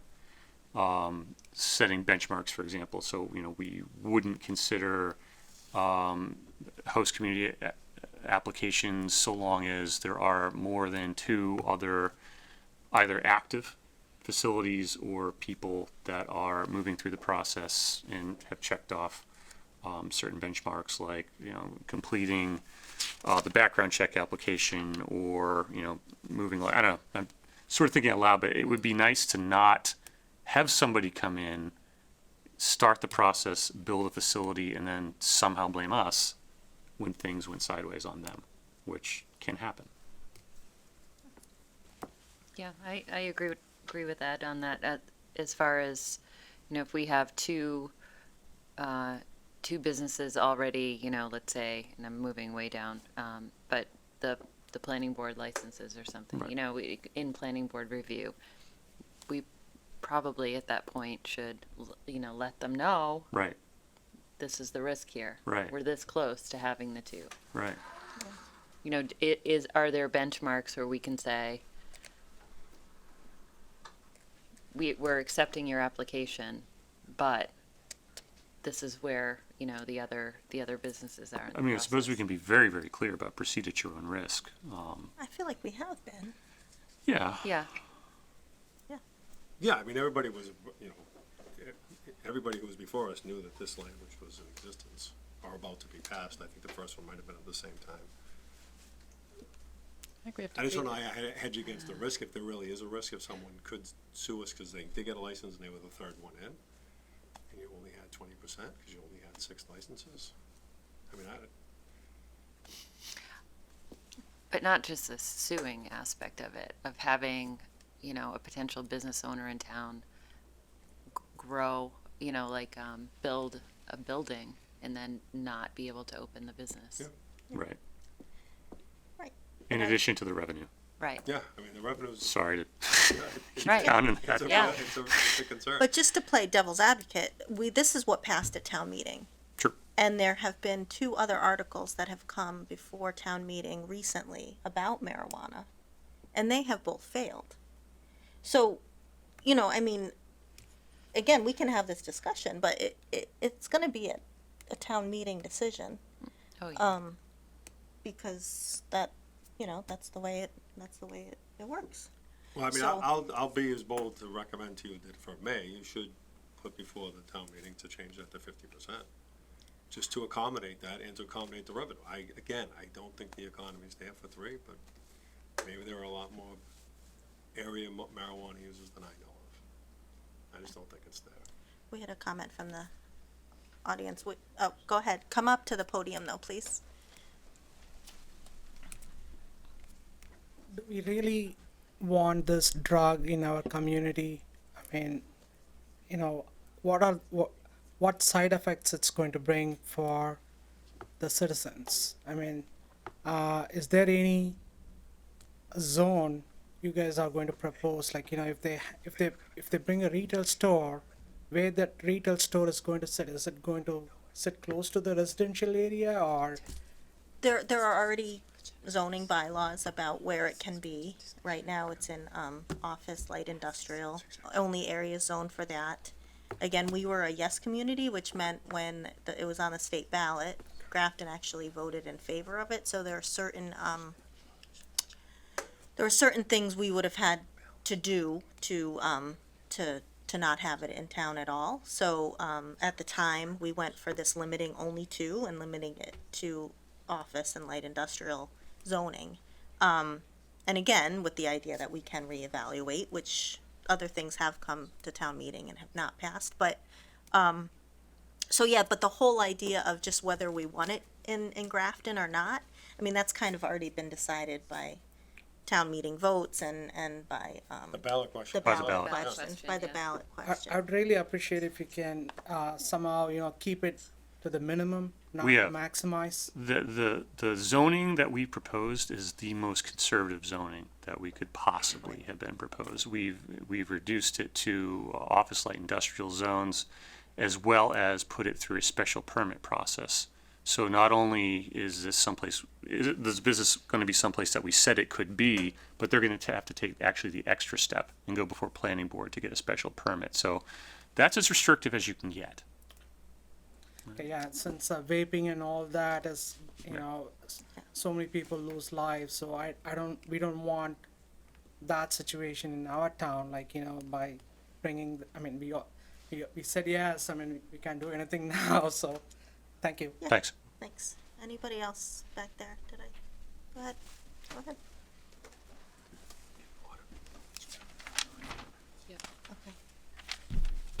Okay. Hi, Bruce Spinning, 71 Potter Hill Road.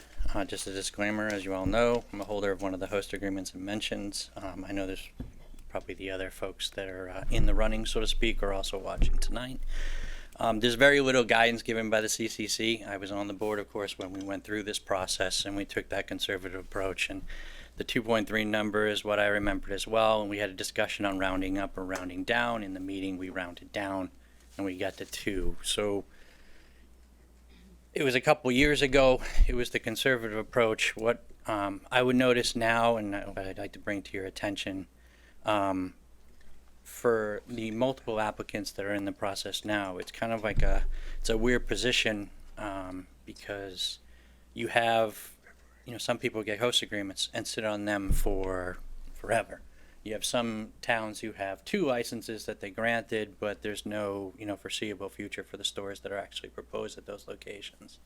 And then you have our approach, which is kind of like scattershot, and people who have sitting on their host agreements for 9 months and made absolutely no progress until other people came into the pipeline, so to speak. As far as supporting it in communities, Colorado has over 900 dispensaries and 1 million less people. There's areas there that they're right next to each other. Framingham is issuing 6. Those will be right next to it. It's on the business owners to decide whether or not they want to put in the capital. Where the hurdles here is kind of that, well, where do you go for guidance? What is really the restriction for? Is it because you don't think it's economically viable? Is it because if you go from 2 stores to 3, there's some type of impact on the community as it stands? When we were putting this together, there was none of these in existence. We didn't kind of have an idea of what they were and what they were going. The fact that we're allowing 2 to move from 2 to 3 to 4 to 5, the market's going to dictate those type of things. Grafton's almost 20,000 people strong. It's surrounded by no communities that use and traverse through us. We are on the pike. There's a lot of area. We kind of limited it to, OLI and industrial, which kind of, by its nature, kind of restricted the good sites where it can actually go. So I don't kind of echo your concern, Tim, that these won't be significant businesses and contribute. There'll be a diminishing return on them, but as you go to 2 to 3 to 4, the town's grabbing 3% of gross and excise off it, the 3% excise that they're charging on top. So whether you're making 17 million or $400,000 or $500,000 of the 3% of that on 2 stores, 3 stores, 4 stores doesn't really matter. My only concern is we kind of set this up the way it is, and then now that the market's kind of turn it over, and now there's a bunch of people in the race, we go to the planning board and we're asked questions like, well, am I in charge, or am I in charge, or who's providing guidance? It sends kind of a mixed message to us business owners who are trying to open a business in town, which has a significant capital side to it, which is fine. I mean, if we want to horse race us, that's okay. But I just want to know why we're horse racing. So is there a specific, is it one particular individual that we want to see win the horse race, or, where does this call come into play? If I may, the planning board, for me, it's mutually exclusive to this process for a host agreement. Yeah, there's nothing in the I don't bylaw think there's the planning board, because you could fail, they could approve all three, you don't open, I'm still have two. That's right. So they should approve as many come before them on the parameters that they look at for any business that comes before them for a special permit, regardless of what the board has issued for a host agreement. And there's not one particular point at which, until you actually get a final inspection, they come and say, yes, you're good. And that's at the very, very end of the process. You could sit in the provisional step for over a year. You could sit in the application pipeline for over a year, and then they kick you out. Or you could update that and you go right back into the back of the list, so to speak. There's a lot of there that really wasn't and hasn't since been kind of fleshed out. So the one concern I have, like I mentioned, is just what are we chasing? So, at what point, and is it you guys that are going to make the decision, or is it going to just go to town meeting and town meeting says, well, why can't we have 3? Why can't we have 4? There's some ratio that you can commit to that doesn't, one more liquor license doesn't trigger it. But if you're at 3, what does it matter if it goes to 4? What does it matter for the town side that it goes to 4? Or 6 or 12? It's never going to get there anyways. The market's certainly going to dictate at that point. But I'm not sure what the harm is between 1, 2, 3, and 4. Madam Chair? Yes? As far as I am concerned, I mean, we made a vote, or the town made a vote on this on a particular date for those conditions, and that's what we're working under, and that's what we're, as you said, we could have a number of host agreements that could come forward, and we would do the same process that we've done with the ones that have been presented already to the board, and then they all go through the same checks and balances, not just here on the local level, but on the state level as well, to get to where they are hoping to open up an establishment. So this is our guiding document right here, is the number that was approved when it was presented to the townspeople. All right, and there's nothing in that document that provides any of the people that are competing for this thing any particular guidance whatsoever. No, and I think the larger question is beyond what we have there. What's the policy that we're pursuing here? When we did this, again, we did this in the most restrictive way possible, and I was there, and I remember specifically planning board saying, we can revisit this. This is where we want to start with this. And as Jen just pointed out, we have sort of revisited it a couple different ways. We revisited the South Grafton location for somebody who wants a grow facility to be in that area. I understand that he's going to come back and try again. We revisited some of the zoning that we decided whether or not we wanted to include in some different zones. This is a little bit of a different question. The question is, keeping in mind the zoning that we have in the process that we have in the special permit that we have, what is the policy benefit to maintaining 2 instead of 3? What is the policy benefit to maintaining less money over more money? What is the policy benefit to maintaining some marijuana there versus a little more marijuana there? I don't know the answer to that question, but as you well know from having been on this board, that's not really what the discussion is going to be about. It's going to be about, do we want this poisonous drug in our community? Well, fair enough. The reason why I guess it's being brought up now, Don, is now we kind of know. Now there are actually 3 vying, and we're all in the special permit phase. And these are things we didn't anticipate 2 years ago when we were trying to uncover all these things. This particular situation is very, very, it's not unique across the state, but it's kind of unique to Grafton because most towns don't kind of conduct themselves in this process. They have a different process. So, and now that you kind of see that some companies go out and just acquire host agreements and sit on them, our approach is actually probably a pretty good approach, because you could be a town that was looking for this revenue and wait years and years for it and perhaps never get it, or never get it through the channel that you assumed you had. I guess, we always thought that we were going to come back and take another look at this. We came back and took a look at, changing the zoning and moving into community business.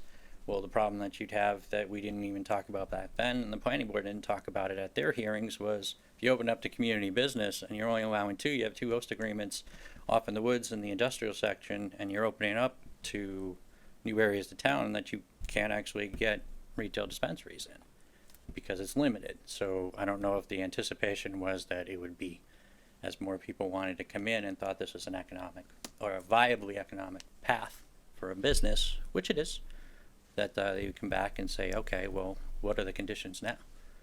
You get 4 host agreements. You have 4 host agreements at one time. One was a host agreement that was traded between a company that had a previous host agreement to another entity that wanted to, and that one's been gone for 10 months now.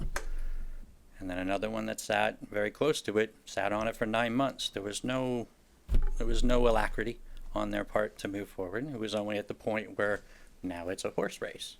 And now you have all 3 of us with outreach meetings and planning board proposals and things all at once, and there's not a single one of us that does know or should know whether or not they have any inkling of hope over the other. So that's the reason for clarity. Looking at it from my perspective, that's not the market dictating it. That's just kind of the rules that were set up that weren't modified for the times. But to your point, Bruce, we don't dictate who gets a license. The CCC does. The CCC sets up that criteria, and they're the ones that issue. So, Well, therein lies the rub. but let me finish. And I do recall at town meeting when we talked about this article at great length, that if it did come down to, and if it was something that we would consider, let's start here with 2, seemed like the most reasonable number to your point, and that if there was a component where, maybe we should have it to 3. Well, then, if we have 3 viable places that are, that are going through the special permitting process and they're in the pipeline for the CCC, then to Donna's point, town meeting's got to tell us we're either going to have 2 Right. or 3. That's it. Well, fair enough. When we actually set this up, though, in the discussions we had, there was none in existence at all. So that was our There's conservative still not in approach existence to at all today. in Grafton, but there's over 25 dispensaries operating in the state of Massachusetts under the same guidelines that the CC provides. It's not any different any town you go into. The dispensaries that you see in other communities typically follow the same exact pathway that they're going to follow here. We didn't have those pathways to observe when we set up the law. We just never went back to it. That's also why in the bylaws you have the DPH covering parts of the application process for the planning board. DPH doesn't do anything with medicinal license anymore. It's all done through the CCC. We have host agreements that say 10 to 10, yet we have bylaws say 8 to 8. Perhaps it's a time that we take a 500-yard stare at this and, match everything up to the current world that it's in. I mean, these places are all over the place. You can visit them, you can look at the traffic, you can assess for it with your own eyes. There's plenty of availability to go out there and observe. And by and large, that article that you read in the Globe today that refers to some nefarious activities like Career and Fall River actually taking money. I mean, there's some towns that require you an upfront fee just to come in the door and talk to them. As far as some type of legal fee, something that no other business really has to take on. I mean, even in the adult entertainment world, if somebody were coming into town and want to put up a strip club of some type in districts where we allow it, there's no additional fees or any further oversight beyond what's dictated in the bylaw. So it's a unique situation. It's been 2 years since we actually looked at it. The only thing we looked at was putting it in different zones. From my perspective as a person in town, the towns can support multiple ones, especially while there's surrounding communities that are no. There's plenty of populace that's visiting. The ones that are alive now are doing very, very well. The state is going to cap it somewhere between 275 and 300 because if you look at no communities and you look at communities that have a ratio and have an allowable usage, that's what you're going to see in the Commonwealth. And you have other states with tons. Portland, Oregon, there's 860,000 people in Portland. There's over 100 dispensaries in the city. Some fail, most succeed. The last reports that I saw for Colorado, almost 90% of them break even or do well. And break even may not seem like they're doing well, but typically you're paying yourself a salary for working in that particular establishment. You're also starting to see the culmination of groups that are coming in and buying up several of these all within the state. You can't do that, of course, in Massachusetts, but you can in other states. And I know it's a difficult thing because the CCC provides absolutely no real good guidance beyond, you have to do X, Y, and Z. They don't even read the host agreements to the best of my knowledge. It's an affidavit that says you have it. They don't review community outreach. Like, for example, mine was taped and recorded, and I went through a lot of hurdles to make sure as many people showed up as possible. There was almost, 37 people there for mine. I've been to every other outreach meeting, and I think I can count on one hand how many people were actually at those. So there's no, and theirs are just as valid as mine. So, and the special permit process also is very, very arbitrary. So our special permits in this town are expected to be granted unless some type of nuisance or some type of safety issue is prevalent. I think we do it the right way. We give it a nice process by which the planning board can review and hold public hearings, so it solicits a lot of information from the community. But there hasn't been a town that's reported any increase in criminal activity. Traffic issues are somewhat mild now that the hoopla is kind of over.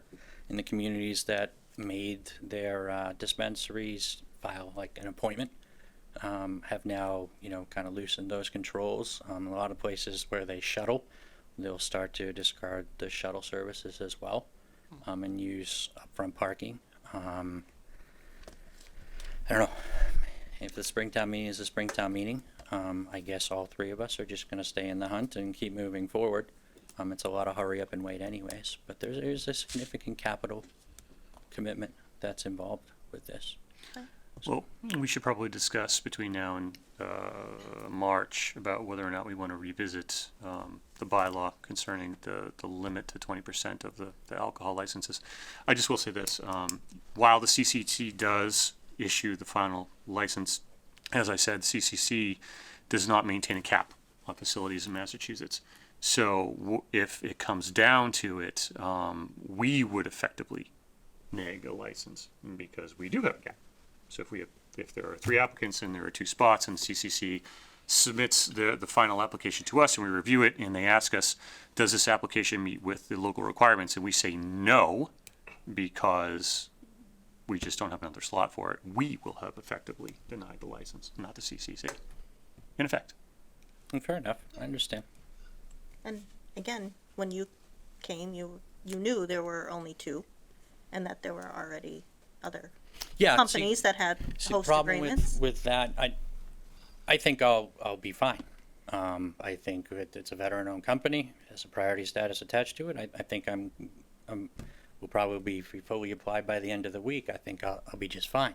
Problem is you got 3, and if one of them litigates against the town saying that there's some unfair practice, it affects all of us. So in Fall River, they didn't just shut down the mayor and put him in jail. They kind of cut off everything there. So, the CCC has the authority over licenses, exclusive authority over licenses. There's no God call there. Can't go to the town, can't go to your legislature. They decide that there's something amiss here, because we got 3 people in a rat race spending a couple $1 million on facilities in town, because it's not a couple $100,000, it's a couple million. It's a sizable chunk of money. Well, I will say there is no current host community agreement holder within the town of Grafton who should feel that they are assured that they are going to be the next license holder, or there's nobody here that we should have made any representations to. Yeah, and it's quite clear tonight that nobody should have that impression. So, Okay. Thanks. Thank thank you. you for your time. All right, any other discussion, or are we ready to Nope. move on? All right, 2021 budget. So I had put this on here because the last time we talked about this was about a month ago, and Tim and Becca had not yet sat down with Jay to talk about what Jay thought his number was. We had gone through a couple, you had brought us 2 sets of projections. One was with a certain amount of growth, one was with a different amount of growth, and you guys are waiting to sit down with Jay to talk about what his needs were. And we hadn't revisited that since. So the last number we had from Jay, which is not recent, for his full request for FY21 was 5.9. Okay. I don't know if that's changed. He hasn't communicated to us. I know that I think he and Tim had communication via email about what we were proposing to them based on what we were gonna have for new money in '21. And I don't know what Jay's response was. What did you propose to them for new money? So based on the new money that we're anticipating, we are estimating that the school department will get 1.36 of that new money. Million. 360,000. Okay, do you know what percent that is I can tell you in my. of the budget increase from last year? I think it's 3.7 Yeah, it says 3.7. right Okay. here. Or this isn't, excuse me, Madam Chair. Sure. This is not provided in any context. I mean, I wouldn't be able to have any discussion whatsoever based on the information that's presented to here, which is a draft of projections without any context to how this affects all of the school budget and all of the other departments, because the other departments haven't submitted their, I guess the deadline was last week. They did submit on Okay. Friday, Okay, so so- we're sifting through submitters now. So this is sort of why I put it on the agenda. We had talked about meeting with the school department. I was looking just to set a date to meet with them in FinCom. Yeah, we did talk about that, but we didn't set a definitive date yet, Yeah, that's my fine. recollection. Again, we certainly can invite school committee in, and have a discussion, preliminary discussion, because it's, the stuff we don't have, all the information yet, but, Madam Chair, yeah, when did they present their budget? Do we know the date at school committee? I'm sorry, when the meetings are? Is that- when they No. present their budget, their I full don't budget. know. It's usually not till after the first of the year, if I recall. No, that's when they have to vote on it. That's the public That's hearing. part of that, yes. But they presented their budget earlier this year in anticipation, so we could start having some in-depth conversations about what their needs were. So I saw that part of their meeting, that they held. It's worth watching again if you haven't seen it yet. I was actually there, You and it was were. a summary, it wasn't their budget. Laura often was here the last time we had this meeting, and she had mentioned their number was 5.9. Tim had mentioned he hasn't had a chance to talk to Jay yet, and I was looking for an update on how that conversation went and what we were doing going from there. Okay, well, I can reach out to Laura and see Yep. if we can find a date. Sounds good. A workshop meeting or a? Yeah, no, I think it should be a workshop I agree. Good. to start. Yep. And to set some goals and guidelines on where we want to do, and probably set up a meeting schedule to continue, not just one, but set up a series of meetings And how so that we about, can That'd be touch in. and can someone reach out to Matt Offen from FinCom? Yeah, do we, Do we? I know we disagree on this, Ed, because I know that FinCom plays an important role, but at what point do you bring them in? It just is so many voices in a room at a time. It's hard to actually have a workshop. Well, we've done it 2 or 3 times since I've been either on FinCom or on this board, and eventually, if the Band-Aid to this problem is another override, then they are going to be people who are going to have a voice at the table, being the advisory board to the town meeting, who will ultimately approve this override if one is proposed.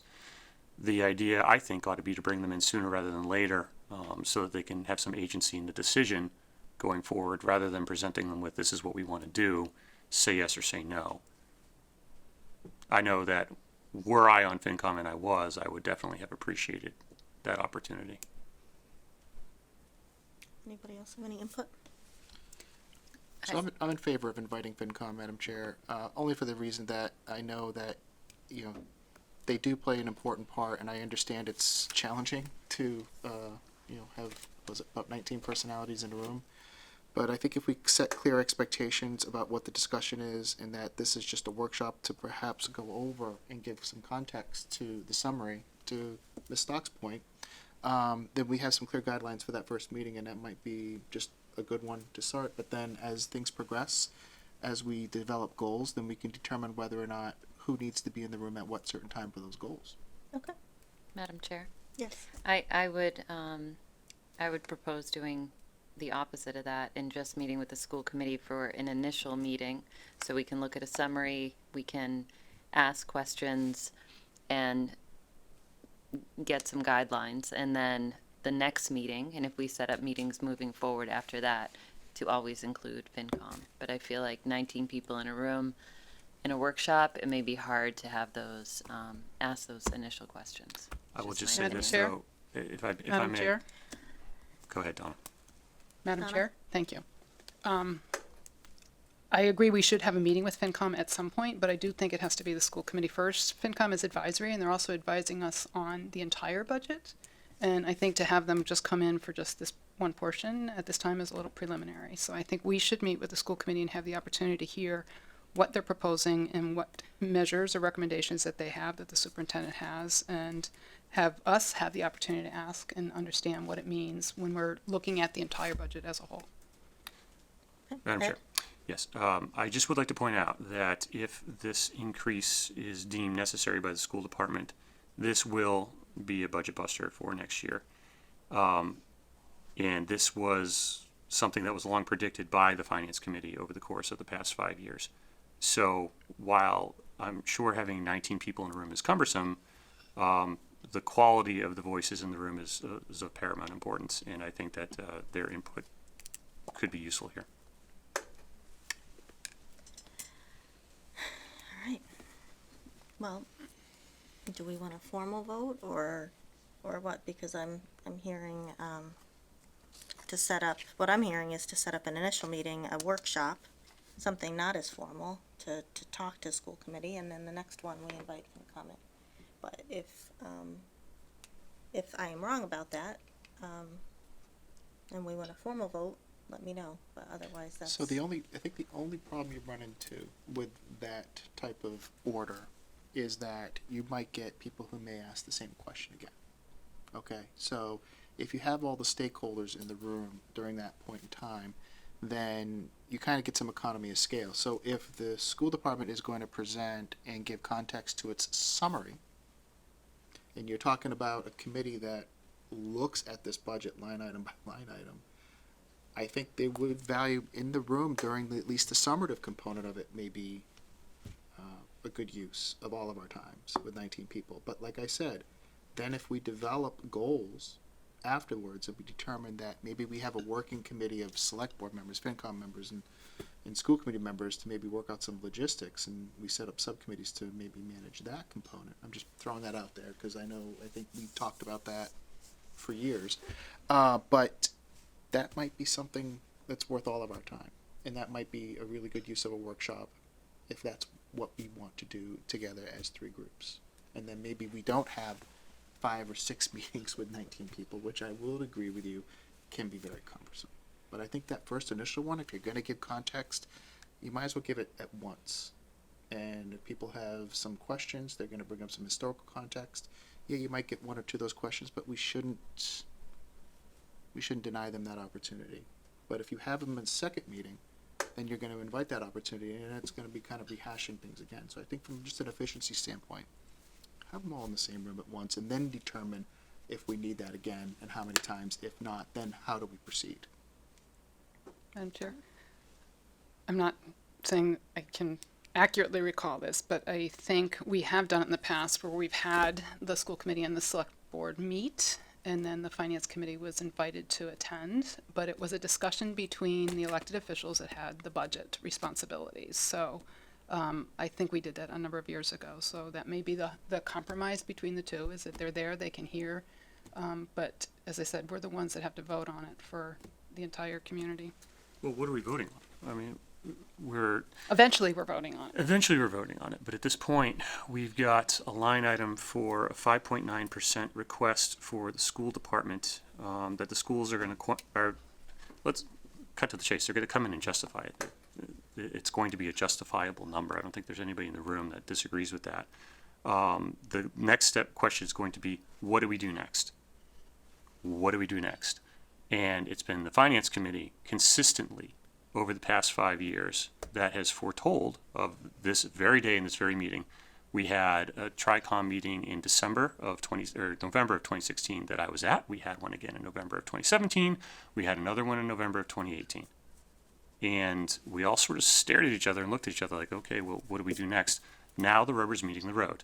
And we definitely need to know, what do we do next? Because this isn't just a one-year thing that we have to deal with. This is all hands on deck. We're looking at an override proposal, perhaps for this spring, perhaps as soon as March. And it's now almost Thanksgiving. So if you want to do more than one meeting, I guess you can do more than one meeting, but we definitely need to schedule the first meeting now and the second meeting now, because this is now an emergency. But that's just me, I guess. Doreen, do you have anything else? No, well, I guess I do. Okay. You know, what Ed just said, I understand that, you know, that's the process, but, you know, if we stopped with your first sentence of the school committee is going to come in and justify their needs, I think that needs to be the outline of the conversation. We have to start at that starting point to make good decisions down the road.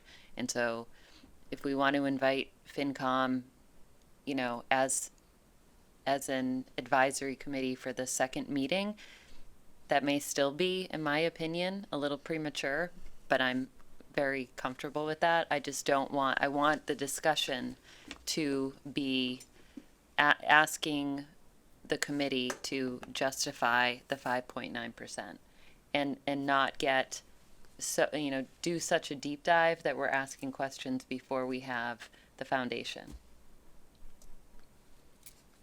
Madam Chair? Yes.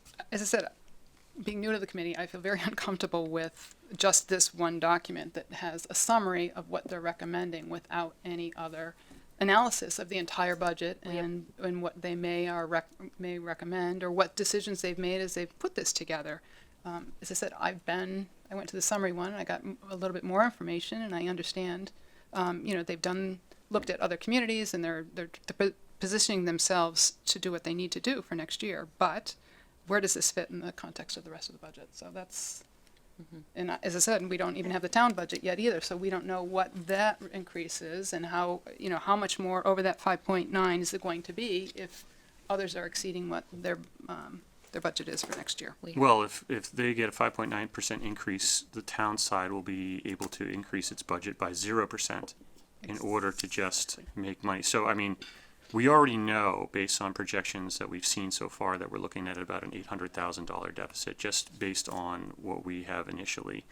And that's just for this year. The next year it's 1.2, and the next year it's 2.4. Is there something to that effect? I'm not even looking at it, but I know what it is. So, you know, again, you have do this as many times as you want. I just feel like there should be a sense of urgency here about this. All right, well, I'll reach out to the chair of the school committee and schedule an appointment. Do we want to try or schedule a meeting? I know they meet on Tuesday as well.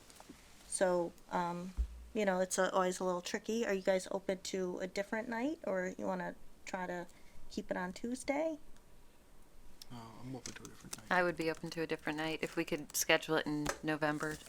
Okay. I mean, I know, you know, Donna has communicated her schedule too, so it'd be nice to find a date that works for everybody, if that's Okay. possible in November. Okay. All right. I will reach out. Everybody all set? Okay. Meeting minutes. Madam Chair, Yes. motion that we approve meeting minutes presented, or, I'm sorry, the meeting minutes for October 15, 2019 as presented. Do I have a second? Second. Motion and a second. Any discussion? Hearing none. All in favor? Aye. Aye. Madam Chair. Opposed? All right, motion carried. Abstain? Okay. You got that. Okay. Madam Chair, Yes. I motion that the select board approve meeting minutes for October 17th, 2019 as presented. Second.